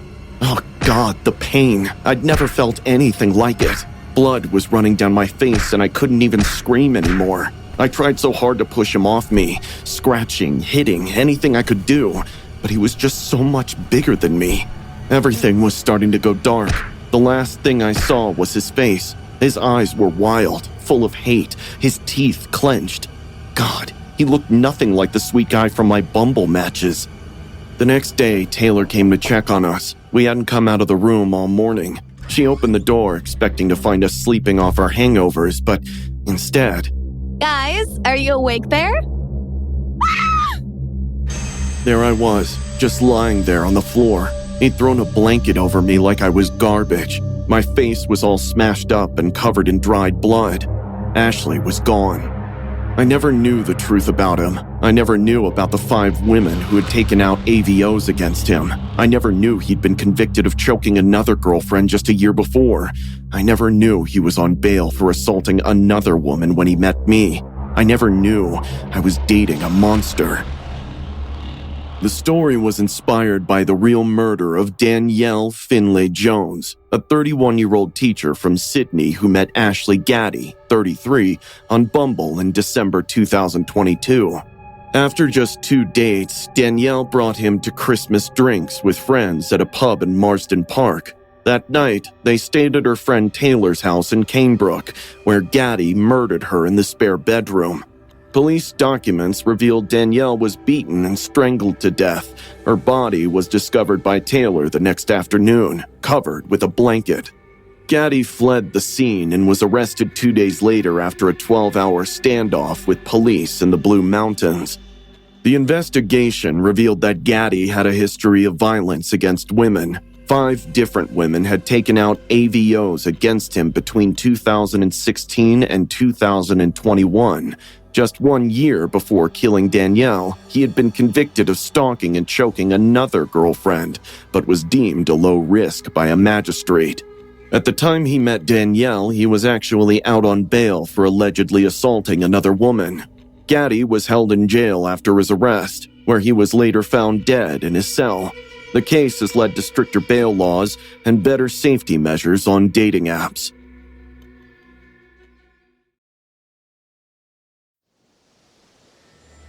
It was a quiet morning at the Ritz-Sun Cancun. The hotel had its usual holiday energy. The pool was full of laughter as the music drifted up from below, and everything in that warm golden light you only get here. But something felt different that morning, a heaviness I couldn't shake. Room 427 was on my list that day. I'd been by it yesterday and noticed the Do Not Disturb sign left hanging for days. But people were on vacation. They'd get up to do their own things, and we respected their privacy. So I hadn't thought much of it until I stood there with the cleaning cart by my side, listening to the silence inside. I knocked twice, that careful housekeeping call in a bright voice meant to cut through even the heaviest hangover. Nothing, just an unsettling quiet, thick like a fog around the door. It was on the third knock that I noticed the was unlocked. I looked around, wondering if it was an accident. The DND sign was still there, but then I pushed the door open slowly. My heart skipped a beat as it creaked, and darkness met me from inside the room. The curtains were drawn tight, as if to keep the light out. Ma'am? Sir? It's housekeeping. I called loudly, waiting for a response as I slowly shuffled in. There were no voices, no hint of laughter or movement, only stillness that made my pulse quicken. As I stepped in, my eyes adjusted to the dimness. The bed was slightly unmade, a sheet crumpled halfway across. Shoes were left in a strange pattern on the carpet, like someone had stepped out quickly, never intending to come back. A faint smell hung in the air, not the usual leftover perfume or sunscreen. No, this was sharper, something bitter and metallic that seemed to settle heavy in my lungs. I felt a cold prickle at the back of my neck. Something was warning me that this wasn't right. But the smell, that coppery edge, the curiosity in me had to know. The smell grew stronger as I moved closer to the bathroom, each step making it harder to ignore. That metallic scent hit me again and again, stronger each time, almost sour. I whispered, calling out in a trembling voice. Hola? ¿Hay alguien aquí? But the only answer was silence, an echo that seemed to bounce right back at me. Then I saw it, a dark smudged streak trailing from the bed to the bathroom door, a line too dark to be anything but blood. My hands shook as I reached for the bathroom door, fingers barely gripping the handle. Every instinct screamed to me to leave, to close the door, to call someone else. But something stronger, a horrible kind of curiosity, pushed me to open it. The door opened slowly and I froze. Inside, the light from the bathroom cast a faint glow across the tiles, and there, lying twisted and still, was her body, slumped in the tub.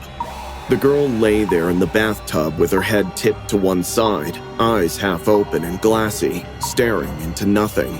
Her skin was pale as bruises darkened along her neck and arms, and there, on her wrists, were dark, angry marks, like she'd been held down, forced still, while someone took the life away from her. The water was pink, swirling in lazy circles in the tub like some grim, twisted snow globe holding a nightmare. I tried to breathe, but the air was thick, and the smell of iron filled my lungs until I thought I'd choke. I backed up, my foot slipping on the tile, my eyes glued to her face. She'd been beautiful once, long, dark hair, soft features, but now her lips were split, swollen. Her face held this look, as if the last thing she'd seen wasn't of this world, but something from the depths, something so dark it had frozen her terror forever. I turned to leave, to run, but something kept me there, staring, as if I were in a trance. I wanted to scream, but my voice wouldn't come. And then, as I took one last look, I thought I saw her eyes, just for a second, flicker, like she was still there, trapped somehow, watching me, pleading. But it was just a trick of the light, a horror that burned into my mind that I'd never forget. I stumbled out of the room, feeling the walls press in around me. Every shadow held a shape, every sound stretched out like a whisper, something reminding me of the awful truth I'd just seen. When the police finally arrived, I watched them enter room 427, their eyes hard, their faces pale, as they took in the scene. They didn't speak much, They didn't have to. Everything was in that room. Every dark detail was etched into the carpet, the walls, the tub. As they wheeled her out of room 427, the cat was out of the box. Sativa Transu was just 26. She had been here with her boyfriend, Taylor Allen. They'd come from Washington for what should have been a sunny escape in Cancun. But just hours before, she messaged friends, telling them she and Allen had argued. Her friends grew worried when she went silent after that. She'd never checked out, never answered. Allen had beaten her to death. It was a crime of passion. It was something cold and calculated. The boyfriend was arrested, and his blank, indifferent face was all over the screen, staring right at us like he didn't care what he'd done. When I closed my eyes that night, I saw her outline under that sheet. This story is based on the murder of Sativa. Sativa Transu, 26, and her boyfriend Taylor Allen, 31, were vacationing for the Thanksgiving holiday in Cancun, Mexico. A hotel worker found her inside her room on the 27th of November and called 911 to report an unconscious woman.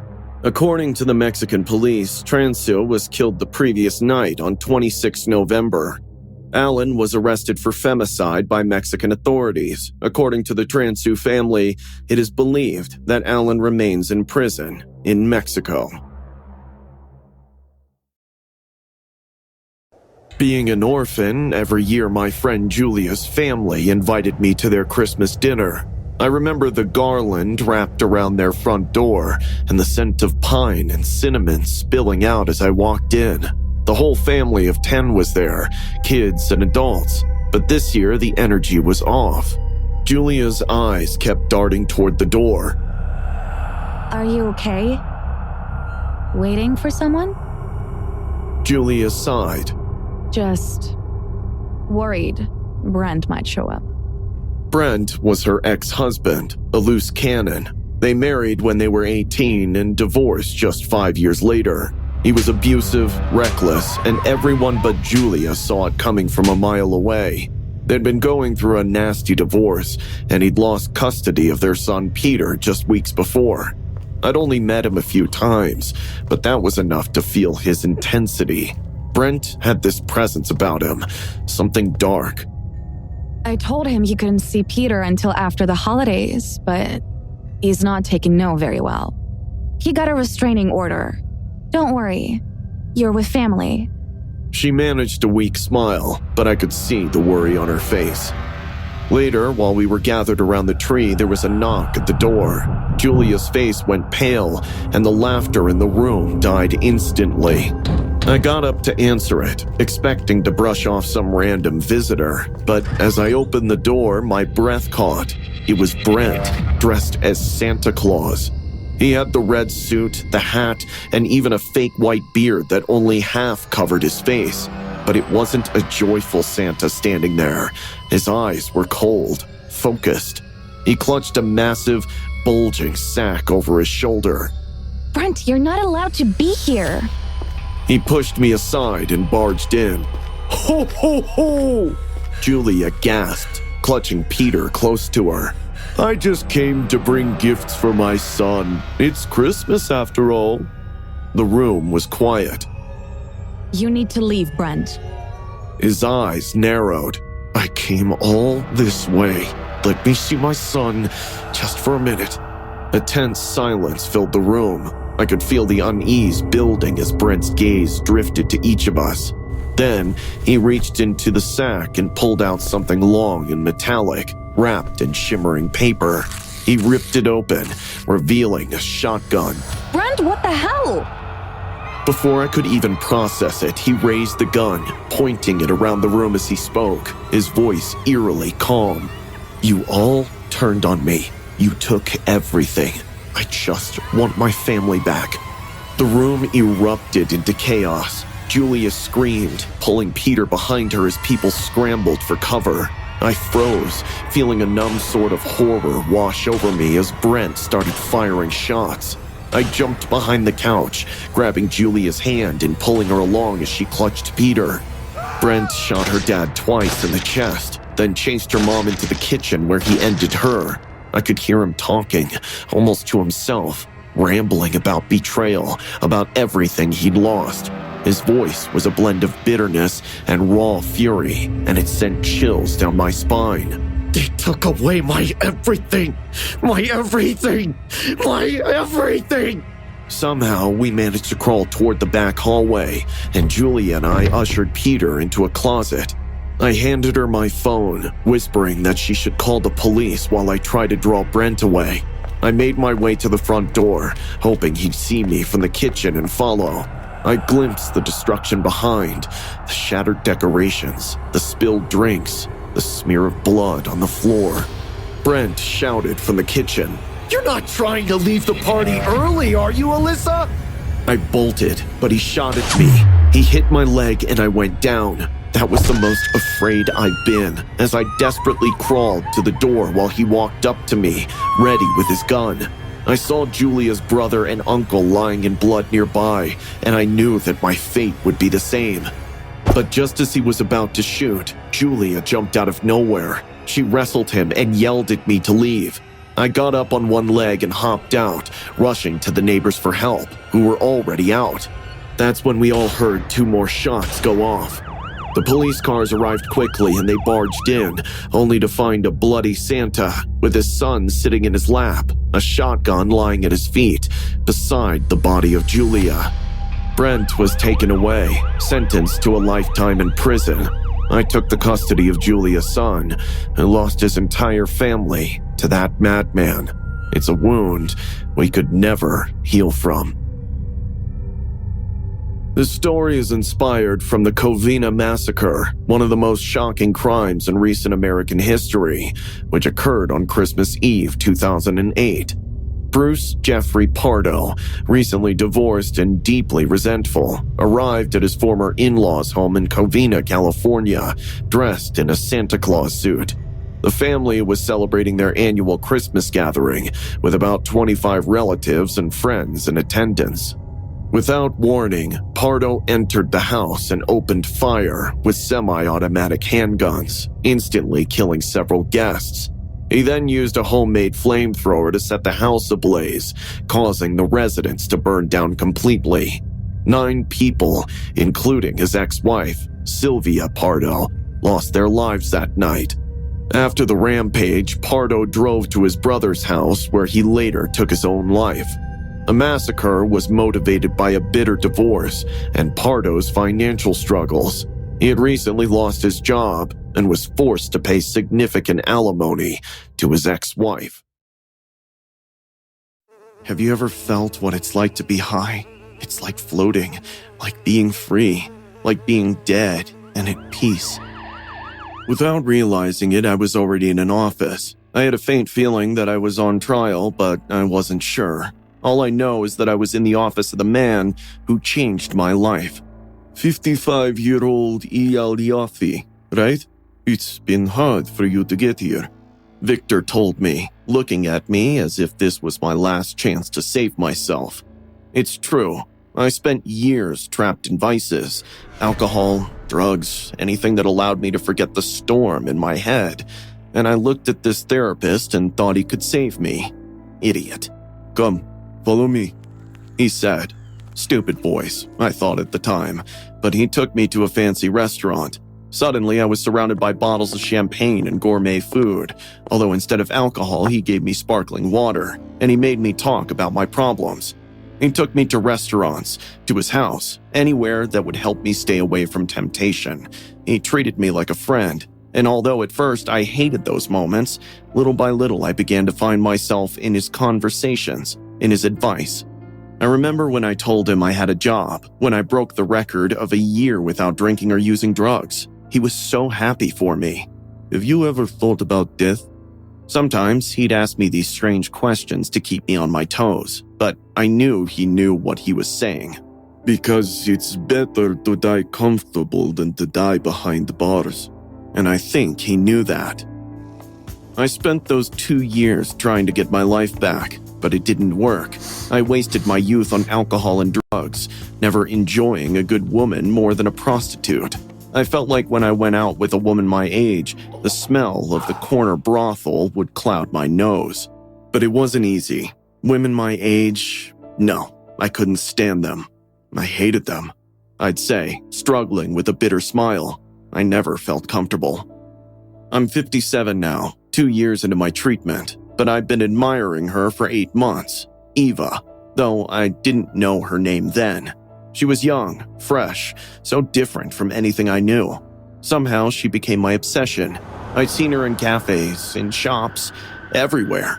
And of course, as always, I followed her. I never spoke to her. Never. She was 18. But those curves, that body, those lips, that breast. I wanted all of her, to be with her. I imagined it would be like floating under the influence of heroin. At first, I just watched her, but something inside me wanted to be close to her. I couldn't stop thinking about her face, her smile. What would she do if I approached her? Would she accept me? Then, one day, I saw her going into a restaurant with Victor. That broke me. What is he doing with her? I thought angrily. He has no right to be with such a beautiful woman. My hands clenched in my coat pockets. He has no right to talk to her, that idiot. How dare he talk to my goddess? A horrible thought had consumed me, a need to claim something that wasn't mine. I spoke to Victor soon after, during one of our sessions. You know, I happened to see you go into a restaurant with a very beautiful young woman. You're not dating a young girl, are you? I said, in my most pleasant and joking tone. No, she's Eva, Victor said with a slight smile. A young lady with family problems, but not just my patient anymore. She's now my friend, just like you. Part of me calmed down when I heard that, but another part of me grew angry. How could he call her a friend? I wanted her. I needed her. And he treated her like just another? She seems like a nice young woman. It must be interesting to talk to her. I dared to ask. Victor looked at me, raised an eyebrow. Sometimes it scared me how well he knew me. Sure. In fact, I'm planning to have dinner with some of my patients. It'll be a good opportunity. The dinner was interesting. Eva didn't seem interested in me or what I had to say. Sometimes it seemed that she was just looking down at me, smiling with an expression of indifference. Her eyes sparkled with a kind of emptiness that unsettled me. Her eyes only focused on Victor's painted faces, the luxurious marble floor. I didn't know he was so wealthy. It bothered me, but that look attracted me. When Victor and she began to talk, a part of me broke. I couldn't do anything. I just stood there, frozen. Words wouldn't come out of my mouth. I wanted to scream. I wanted to hit something, but I just remained silent. Can I help you with anything? I asked, my voice weak. Victor looked at me, his face showing something beyond kindness. You can help me to look for something in the warehouse. And he stole a kiss in front of my eyes. That idiot lied to me. He stayed with her. I kept my cool, but I felt outraged. We went to the back of his house, to his huge storage room in the basement. The lights were dim, and the silence of the place surrounded me. Eva seemed upset. I want to celebrate something, Victor said. At this point, I hadn't noticed. He said several of his patients would come, but it was just her and me, until suddenly he said something with a subtle tone. I left her perfect. Eva barely reacted. Neither did I. The next thing I saw was him stabbing her, and she started screaming.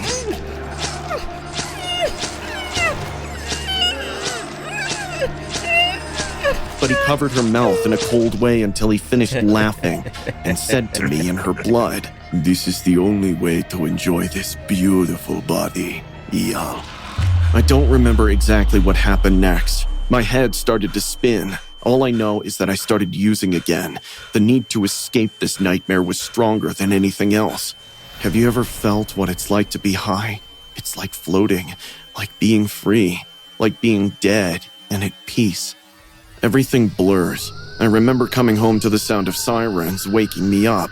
The police were there, investigating Eva's murder. Yeah, right. I helped hide the body, I said without thinking, as if it were a confession that didn't matter. And there I was, standing before them as if nothing had happened. But my soul had already left, and the officers were disturbed. Was everything I said for them, or was it just in my mind?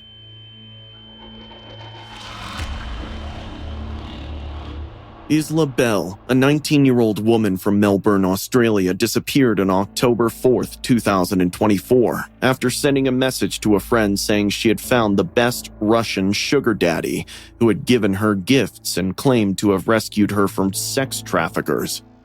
2 days later, police allege Marat Ganiev, 53, killed her in his apartment in St. Kilda East.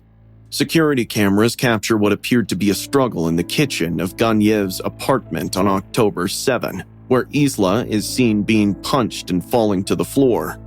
Ganiev was filmed cleaning up the area, and in the following days, her body was found in a landfill on November 19 after being hidden in a refrigerator and moved with the help of Eyal Yaffe, a 57-year-old accomplice.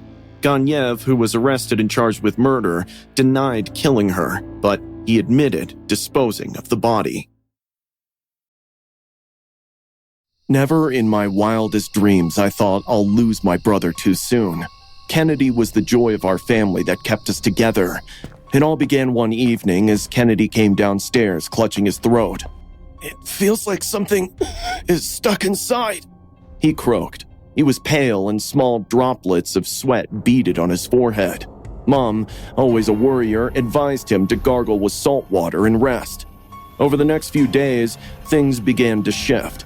At first, it was subtle. He stopped cracking jokes, his usual humor replaced by a strange silence. He spent hours locked in his room, refusing to come out even for meals. When Mom knocked to check on him, his replies were curt and cold. "I'm fine." Then one night, I heard him muttering.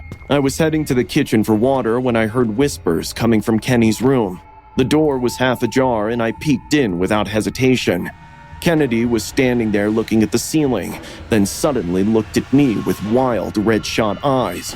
"You shouldn't be here," he said, hollow as an empty shell. "It's watching." "Come on, man, don't scare me half to death." I teased him, but he made no reply. He didn't even blink. Instead, he went back, staring at the ceiling. The rest of the days went completely crazy. Kennedy was neither eating nor sleeping, and his behavior was getting weirder. One morning, I was shocked out of my sleep by the thumping sound from downstairs. I rushed to the kitchen and found Kennedy attacking Dad with his teeth bared like an animal. "Get out of my head!" It took all of us, me, Mom, and Dad, to pull him off. Kennedy glared at us, his chest heaving, and pointed one trembling finger. "You're all against me," he spat, "but I'll kill you first." That evening, I walked over to Kennedy's room. I wanted to talk to him, thinking it would make him feel better. He was standing at the window, staring at the woods outside. "Do you see it, John?" he whispered, without turning around. "The snake, it's looking at you too." A cold knot formed in my stomach. "Kennedy, there's no snake. You're not well. Let's go get you some help." He turned then, his face inches from mine, and hissed, "You think I'm crazy? You'll see soon. You'll all see." The breaking point came the next morning. Mom's screams jolted me awake, and I bolted downstairs to find Kennedy in the kitchen, holding a knife. "It's inside me!" he shrieked, his voice cracking with desperation. "I have to cut it out!" I tackled him, pinning him on his back and wrestling the knife from his hand. He wrestled like a madman, flailing and kicking with a strength that wasn't human. It took us all to hold him down. Dad pulled out some cable ties, and we fastened him to the bed with his wrists and ankles roped tight. Kennedy shrieked curses in a voice that wasn't his, low and guttural, giving me goose flesh. I wanted to take Kennedy to the hospital to make him go see a doctor, but some of our relatives suggested otherwise. They all told my parents that Kenny's possessed and we must call Priest to save his soul. When Priest arrived and sprinkled holy water, Kennedy let out a laugh that wasn't his. It was deep, guttural, and mocking.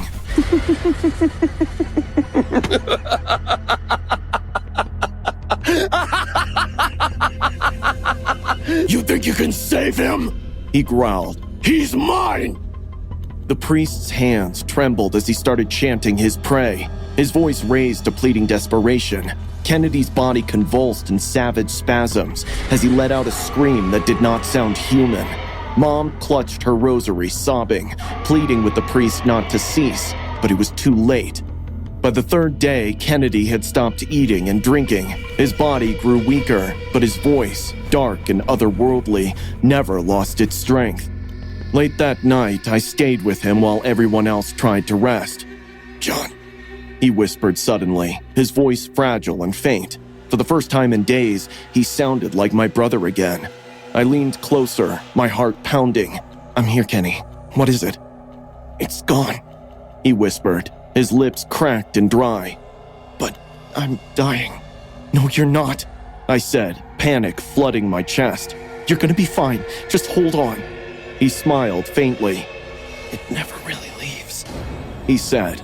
That's when I called the paramedics, refusing to listen to anyone anymore, but it was too late. Kennedy was gone, his body still, his face eerily calm. 26-year-old Kennedy Ife died in August 2016 in London under mysterious circumstances. His family restrained him for several days, believing he was possessed by an evil spirit after exhibiting erratic behavior. They attempted to perform an exorcism instead of seeking medical help. During this period, Kennedy was tied up, deprived of food, water, and medical attention, ultimately dying from a combination of physical restraint and neglect. His parents and siblings were charged with manslaughter, false imprisonment, and causing or allowing a vulnerable adult's death, but were eventually cleared off all charges in March 2019 after a trial. When you've been married for 45 years, you notice the little things. A new cologne, a charged smile after reading a text, or a careful avoidance of certain questions. I'd always trusted Thomas, my husband, but last year my instincts told me something was wrong. It started with Gwen Harper. My husband introduced her as a patient's mother. "Kathy, I've been working with a boy who has severe anxiety. His mother, Gwen, is struggling financially. I told her I'd help her connect to resources." I remember meeting Gwen for the first time. She had this surgically enhanced face, a sense of revealing fashion, and a massive bosom, which she couldn't stop flaunting in my Thomas's face. Thank you for all you've done for my son, Dr. Bain. She had said during dinner. I don't know how we'd manage without your kindness. Thomas beamed like a schoolboy. At first, I believed his story, but little things didn't add up. The anxious son was never mentioned again. Thomas began taking phone calls outside and staying later at the clinic. I found receipts in his pockets, designer handbags, dinners at upscale restaurants. Then, one night, I overheard a conversation. "I can't keep doing this. You promised you'd get back on your feet." I didn't confront him. Maybe it was fear or maybe pride, but I knew he was lying to me. 3 months later, Thomas told me he was heading to Las Vegas for a medical convention. It was the first time in decades he hadn't asked me to come along. "Kathy, it's just 2 nights," he reassured me, fiddling with his watch. "I'll be back before you know it." Is Gwen going to be there? "What?" Is she going to be there? "I don't know. She is a medical rep, so she might." Oh, she's a medical rep now. I thought she was a patient's mother. "She's also a medical rep." What was the issue with her child? "What?" What was the issue with her child? The ADHD. He's on the spectrum." Oh, I thought it was severe anxiety. He looked at me. We both knew what was up. I just wanted to see the glint of guilt in his eyes. I rushed to the washroom and emerged with his wedding ring. He had taken it off and forgotten. "The H, my fingers are shrinking. It must have slipped." I took out my necklace, strung it around the ring, and made him wear it around his neck. He dared not say a word about it to me. He left with a small suitcase and his laptop. When 3 days passed without a call or a text, my gut told me something was wrong. I dialed his number repeatedly, but it went straight to voicemail. That's when I called the police. They found my Thomas's body 2 days later in an abandoned car off a dusty highway outside Vegas. He'd been bludgeoned to death, his head wrapped in a blood-soaked towel. The detective, a tall man with a gravelly voice, laid it out plainly. Mrs. Bain, it wasn't random. This was personal. The investigation unraveled everything. Thomas had been having an affair with Gwen, who was actually an ex-porn star and a struggling hooker. He had been paying her rent, buying her gifts, and covering her bills. It started as charity, a kind-hearted man wanting to help, but Gwen took control. A tipping point came when Thomas stopped sending money. Hotel security footage showed him arguing with Gwen in the hallway outside his room. Witnesses said he threw her out, yelling, "You're a parasite! I'm done!" Gwen didn't take rejection well. She called Rick, her ex-boyfriend, a man with a record as long as my arm. Together, they concocted a plan. Rick brought a tire iron, and they waited for Thomas in the hotel parking lot. According to Gwen's confession, Thomas begged for his life, but Gwen wanted revenge. She told Rick to make it messy. When the police arrested Gwen, she didn't seem remorseful. Her mugshot showed her looking almost bored. There's a moment I can't stop thinking about. The last time Thomas and I had dinner together, he looked tired, older than I'd ever seen him. "Kathy," he'd said, putting his hand over mine, "you're my anchor. You've kept me steady all these years." I didn't know how far he'd drifted. Gwen received life in prison without parole. Rick took a plea deal and got 30 years. I still can't believe how easily Thomas was lured into her web. He was a brilliant man, but even the brightest minds can be blinded by desire. The hardest part isn't losing him. It's knowing that in his final moments he was alone, betrayed by the very person he thought he was helping. The only comforting fact, they found him clutching the ring around his neck.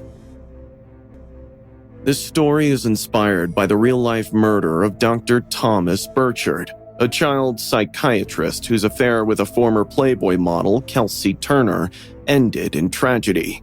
Burchard financially supported Turner until their relationship soured, leading to an argument in a Las Vegas hotel.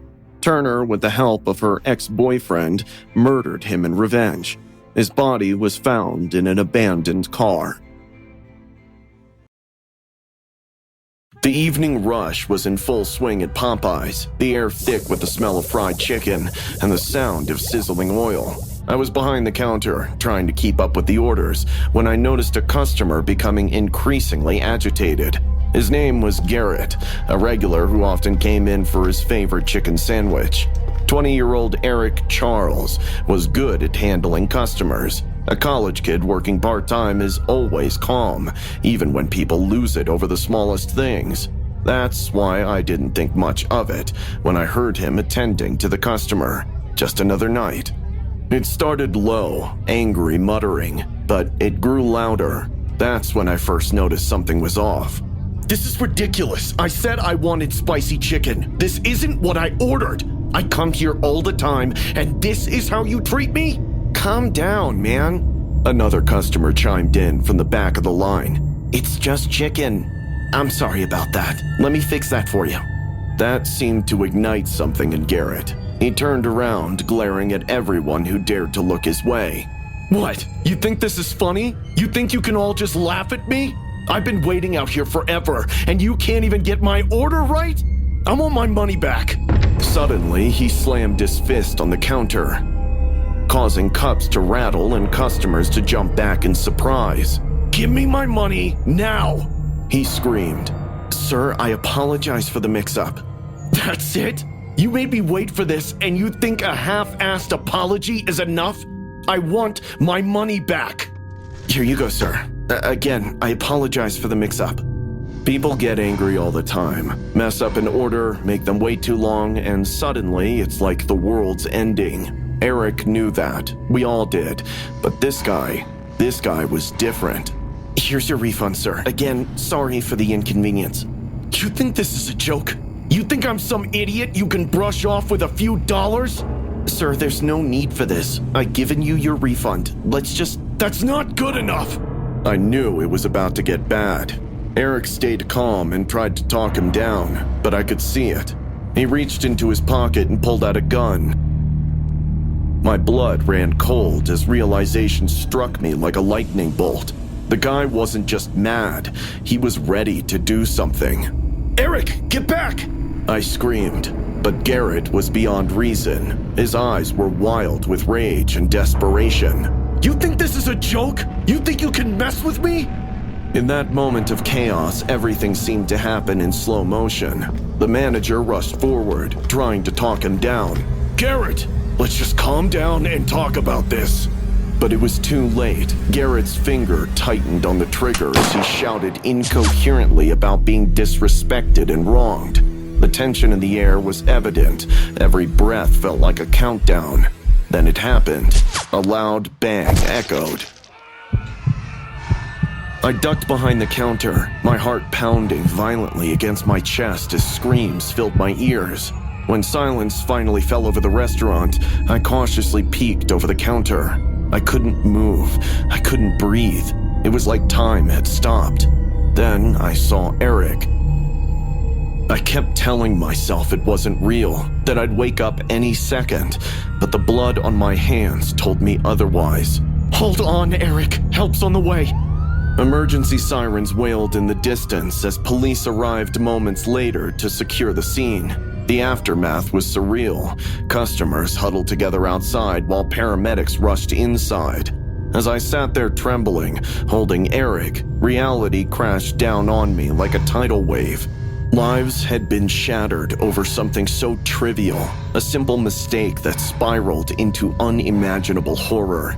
In those haunting moments that followed, I realized how fragile life could be, how quickly anger could transform into violence over something as mundane as an incorrect order at Popeyes.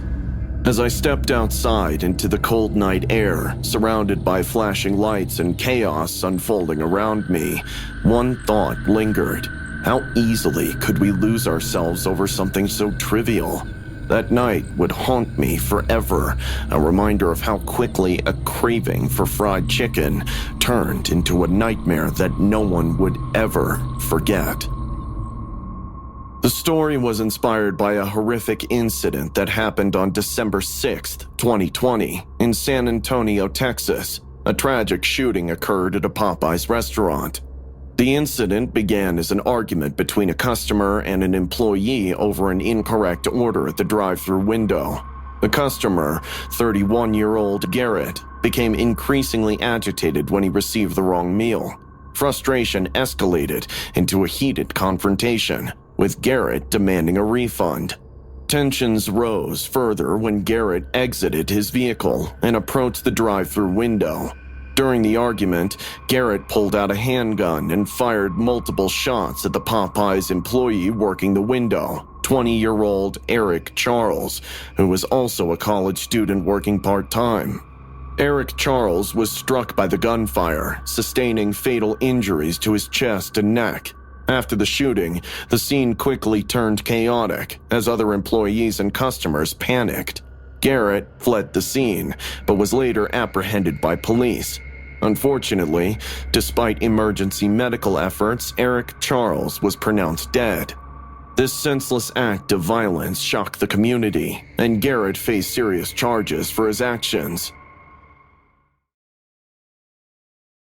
It all started with a phone call in the middle of the night. 2 British tourists were found dead on Syrie Beach, one of those paradise islands that travelers are so drawn to. The bodies, half naked and brutally beaten, showed signs of violence. The worst part, the girl Hannah Witheredge had been raped. I knew this case wouldn't be easy, but I never imagined it would be so complex. The morgue, it's not a pleasant place, but it's where everything begins. Salvador Leroux, the forensic examiner, was going over the bodies when I arrived. He told me they couldn't do fingerprint analysis. "We don't have the right technology," he murmured as he examined Hannah's body. Still, I couldn't shake the feeling that something didn't add up. Salvador, with his perpetually trembling hands, handed me a small crumpled piece of paper, an invitation to a party which had been found in the hands of David Miller, one of the victims who had drowned.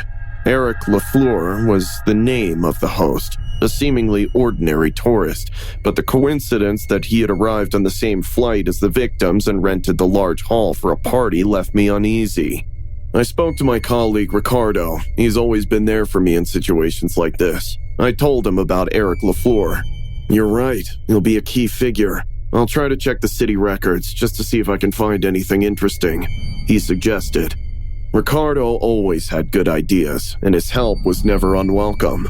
I went straight to the hotel where the couple were staying, but something strange happened.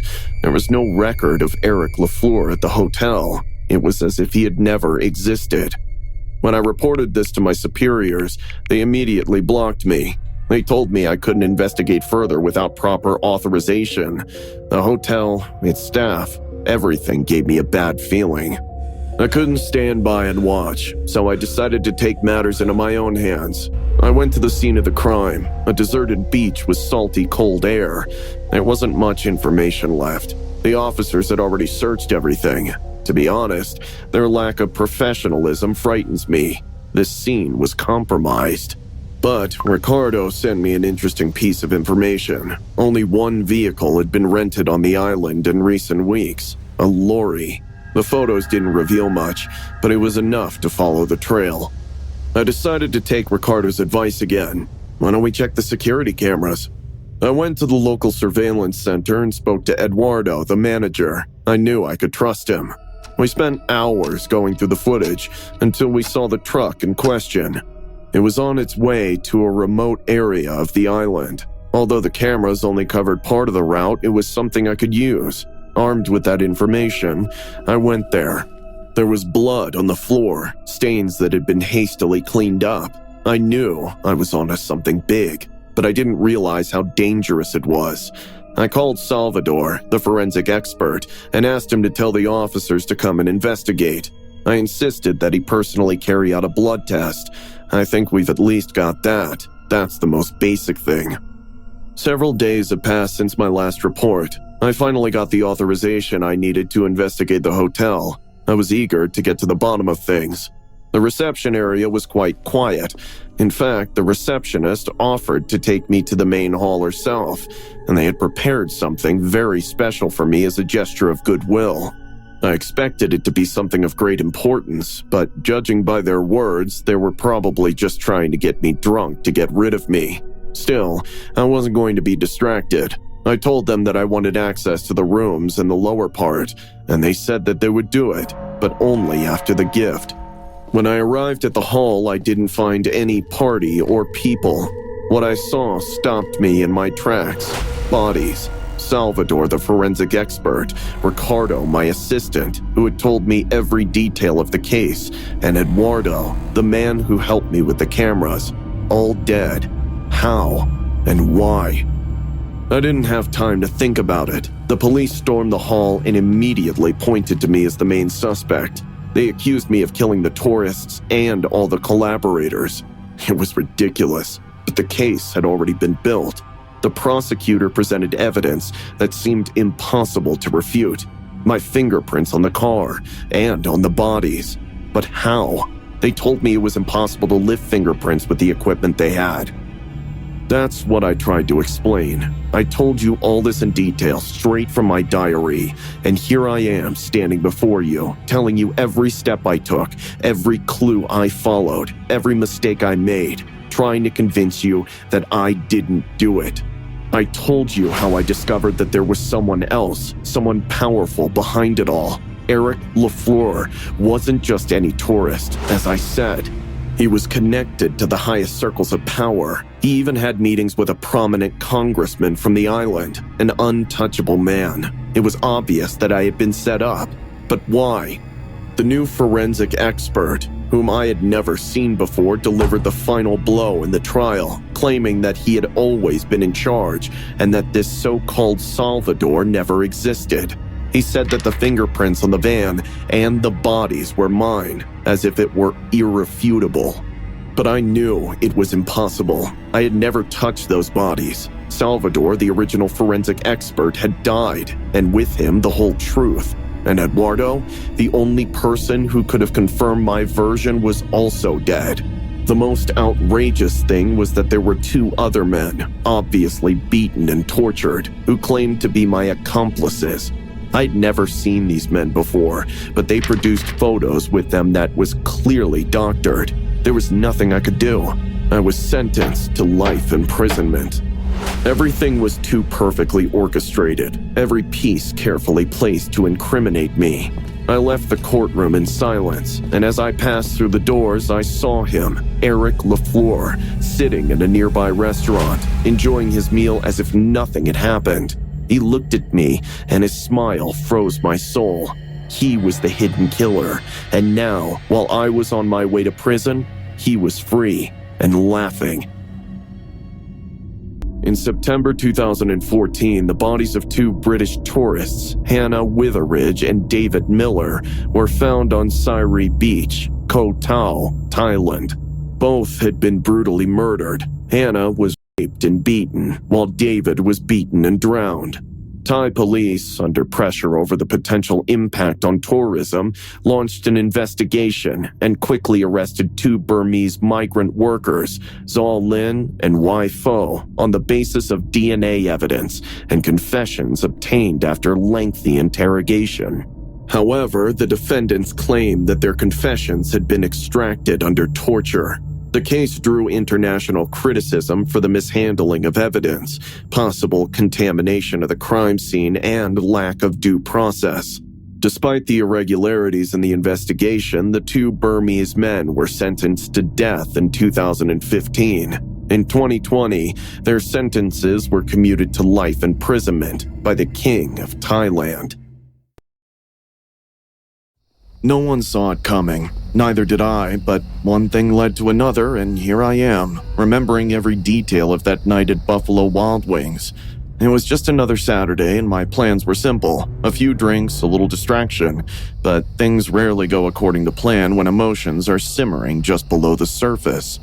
I arrived around 10 p.m. The night was in full swing, the constant murmur of conversation mixed with laughter, the sound of clinking glasses, the smell of hot sauce in the air.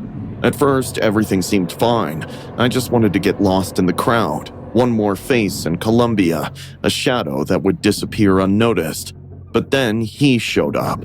A guy I knew from before, someone I didn't exactly get along with. Seeing him there, laughing, carefree, I felt the cold metal in my pocket, its weight giving me a false sense of control. I took a few steps, determined, when a waiter walked in front of me. He looked at me with curiosity and a hint of annoyance. "Can I help you with something, buddy?" he asked, noticing that I wasn't about to sit down. I shook my head, trying to remain calm. "No, thanks," I replied, as if everything was normal. My eyes returned to the guy in the corner, and our eyes met, triggering a series of cold remarks that were hurled like darts. The tension between us was palpable, and before I knew it, my hand moved on its own and reached for the gun in my pocket. I aimed, and with a single shot, the night shattered into 1,000 pieces. "Run! Run!" I heard someone yell as panic spread like wildfire. People stumbled over chairs, some threw themselves to the ground, and the waiter from earlier looked at me, pale. One of the wounded man's friends yelled at me from across the restaurant. "You crazy bastard! What the hell is wrong with you?" I didn't answer. I knew that nothing I could say would explain the inexplicable. I slipped through the crowd and managed to get out before the officers arrived, but I wasn't fast enough. The sirens were already wailing in the distance, and red and blue lights were flashing down the street. I stopped on the sidewalk, breathing heavily, and within minutes the officers surrounded me. One of them stepped out, gun drawn, and yelled, "Hands up! Don't move!" I put my hands up and looked him straight in the eye. "Officer, calm down. I'm not gonna resist." As they cuffed me, the officer murmured, still incredulous, "Why? Why ruin your life like this?" I sighed, knowing no one would understand. "Because if only for a moment everyone knew I existed," I replied quietly. Later in the cell, I heard the murmurs of officers, talking about how Buffalo Wild Wings closed the next day and how the employees were too afraid to return to work. I realized how that moment of chaos had shattered the normalcy of so many lives, and the weight of my actions hit me hard. I thought about how Colombia was caught in a cycle of violence. The news said that the crime rate had dropped 16.8% in the last year, which made me laugh ironically. A number on a piece of paper doesn't capture the pain behind every story, like the guy who died at Walmart in March or the shooting in May. Maybe the city will move on, hoping for change, but I know I can never escape who I've become. The guy who fired a shot in a Buffalo Wild Wings on an ordinary Saturday night. This incident occurred on the night of Saturday, August 7th, 2024, when a man was taken to the hospital following a shooting in South Columbia. Columbia Police Department officers found an adult male with a gunshot wound at the Buffalo Wild Wings restaurant on East Nifong just before midnight, a police spokesman confirmed. The suspect, Alexis Gonzalez, was arrested on charges of first-degree assault, armed criminal action, and unlawful use of a weapon. Police say there was no further threat to the community. At 67, I had learned to value every relationship I cultivated, especially those that blossomed from trust and affection. Patty Michelle White seemed like an ordinary woman on the surface, but her story was more complicated than it appeared. We met years ago through my family, at one of our many family parties. She was a friend of my nephew's, and at first I didn't think much of her. However, when she found herself in a dark place in her life, facing financial difficulties, I decided to open the door of my home to her. I offered her a place to stay, something I thought would help her find her way. I remember the first day she arrived at my house. She had a small suitcase and a shy smile, perhaps a little nervous. Thank you, Michelle. This means so much. She said. I looked into her eyes and she seemed like a grateful woman. I could only pity her for what she was going through. In time, we shared more than just a space. We even had late-night conversations, which were honestly the best part of my days. We talked about life, lost dreams, and the choices that had brought us to where we were. Remember when we were young and thought we'd have it all figured out by this age? I would joke. Yeah, and here we are, just trying to survive. I would reply, laughing at how ironic life can be. As the weeks went by, Patty became part of my routine. I even let her use my car to run errands, and I shared my debit card PIN with her so she could buy food for both of us. It was a mutual trust that bordered on blind faith, and she often told me she thought of me as a mother. She made me feel useful, like I was reliving my parental days. One afternoon, my twin brother Phil came to visit, eager to meet Patty. It's always good to meet new friends, he told me as he sat in the kitchen sipping a cup of coffee. Patty just walked in, smiling and bringing freshly baked cookies. It was quite a pleasant afternoon. She talked about her problems with her ex, her financial situation, and how she was trying to get her job back, but she always seemed motivated. She's taking good care of you, huh? Phil said to Patty in a joking tone. I'm definitely stealing some of her love. She replied, laughing. I felt a warmth in my chest, a joy at the connection we had made. As the weeks turned into months and Christmas approached, we decorated the house together, creating a festive atmosphere filled with laughter. The thought of spending the holidays with someone I had come to love like a daughter was exciting, and this year, the big annual party would be at my house. Little did I know the gift my good friend Patty had prepared for me. One day, while I was in my room, I decided it would be a good idea to give Patty a key to the house. This is just to make you feel more comfortable here. I said, as I handed it to her with a smile. She took it with trembling hands, her face reflecting a mixture of happiness and something else I couldn't identify. I even felt compassion, realizing that no one had ever treated her this well. A few days later, as I was getting ready to host some friends for dinner, I noticed that Patty seemed a little more nervous than usual. I saw her pacing the house, her gaze restless, as if waiting for something. Everything okay, Patty? I asked her, and she smiled, but something in her eyes didn't match her expression. On the evening of the 6th of December, Phil came to see me again. During dinner, he couldn't stop laughing and telling stories from our childhood while Patty served the food, but only he and I were laughing. She looked quite serious and lost in thought, which worried us both.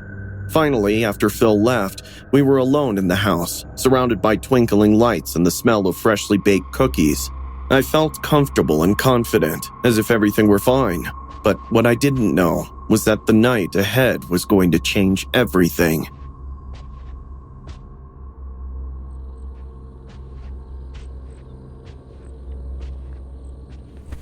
Patty, you scared me.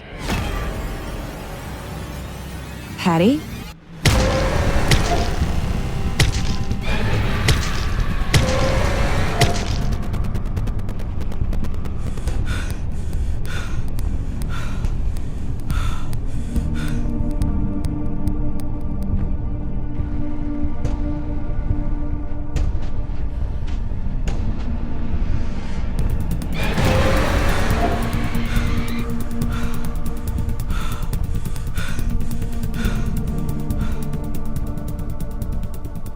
Michelle O'Dowd, a 67-year-old Florida resident, was found murdered on December 2nd, 2011. Her twin brother, Phil Axt, discovered her in her apartment after growing concerned about her absence from work.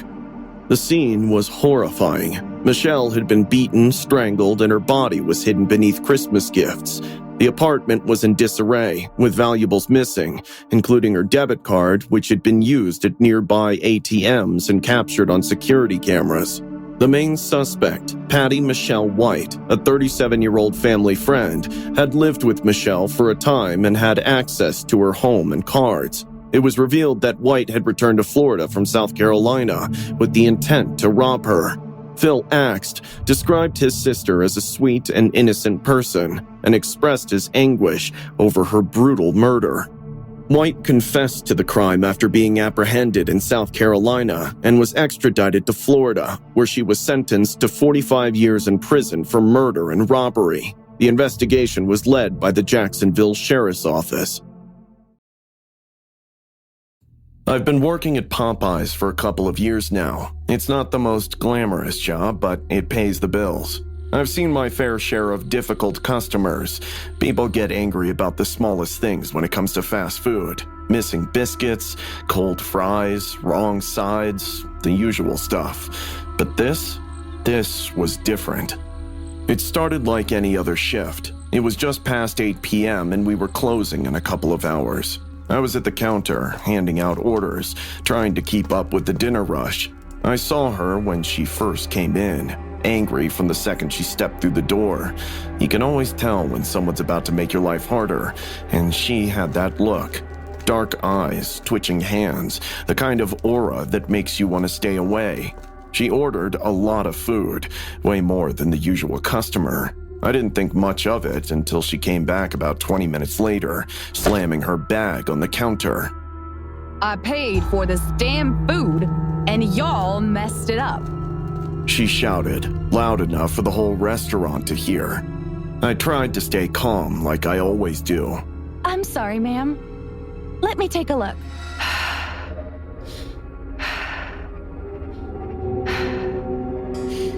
I opened the bag, already knowing where this was going. She was missing a side of fries and some nuggets. Small mistake, easily fixed. But she wasn't having it. Before I could offer to replace the items, she leaned over the counter and snapped. You think this is a joke? You think I'm playing with y'all? Her eyes were wild, darting around like she couldn't decide whether to scream or hit something. My heart started to race, but I kept my voice steady. Ma'am, I can fix this. This is not a problem. She didn't move, just stood there, staring at me with this strange, unsettling smile. Fix it? She whispered through gritted teeth. You gonna fix it? You better, or else.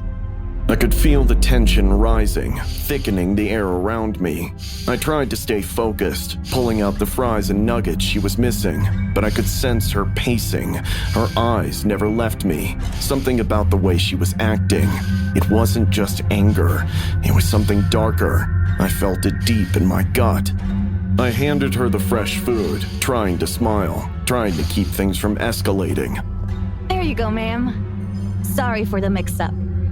She didn't take the bag. Her eyes flicked down to the food, then back up to me. And that's when I saw it. In her hand, just barely visible under the sleeve of her jacket, something shiny. A knife. My throat tightened. I'd dealt with angry customers before, but this? It was insane. She wasn't here to just yell and storm out. She was out for blood. My hands started to shake. I stepped back from the counter, hoping anyone was paying attention. But the restaurant was busy, and everyone was minding their own business. She leaned in closer, the blade catching the light as she twirled it between her fingers. You think I'm stupid, don't you? She hissed. Think I'll just take this and leave, huh? Y'all think you can mess with me and get away?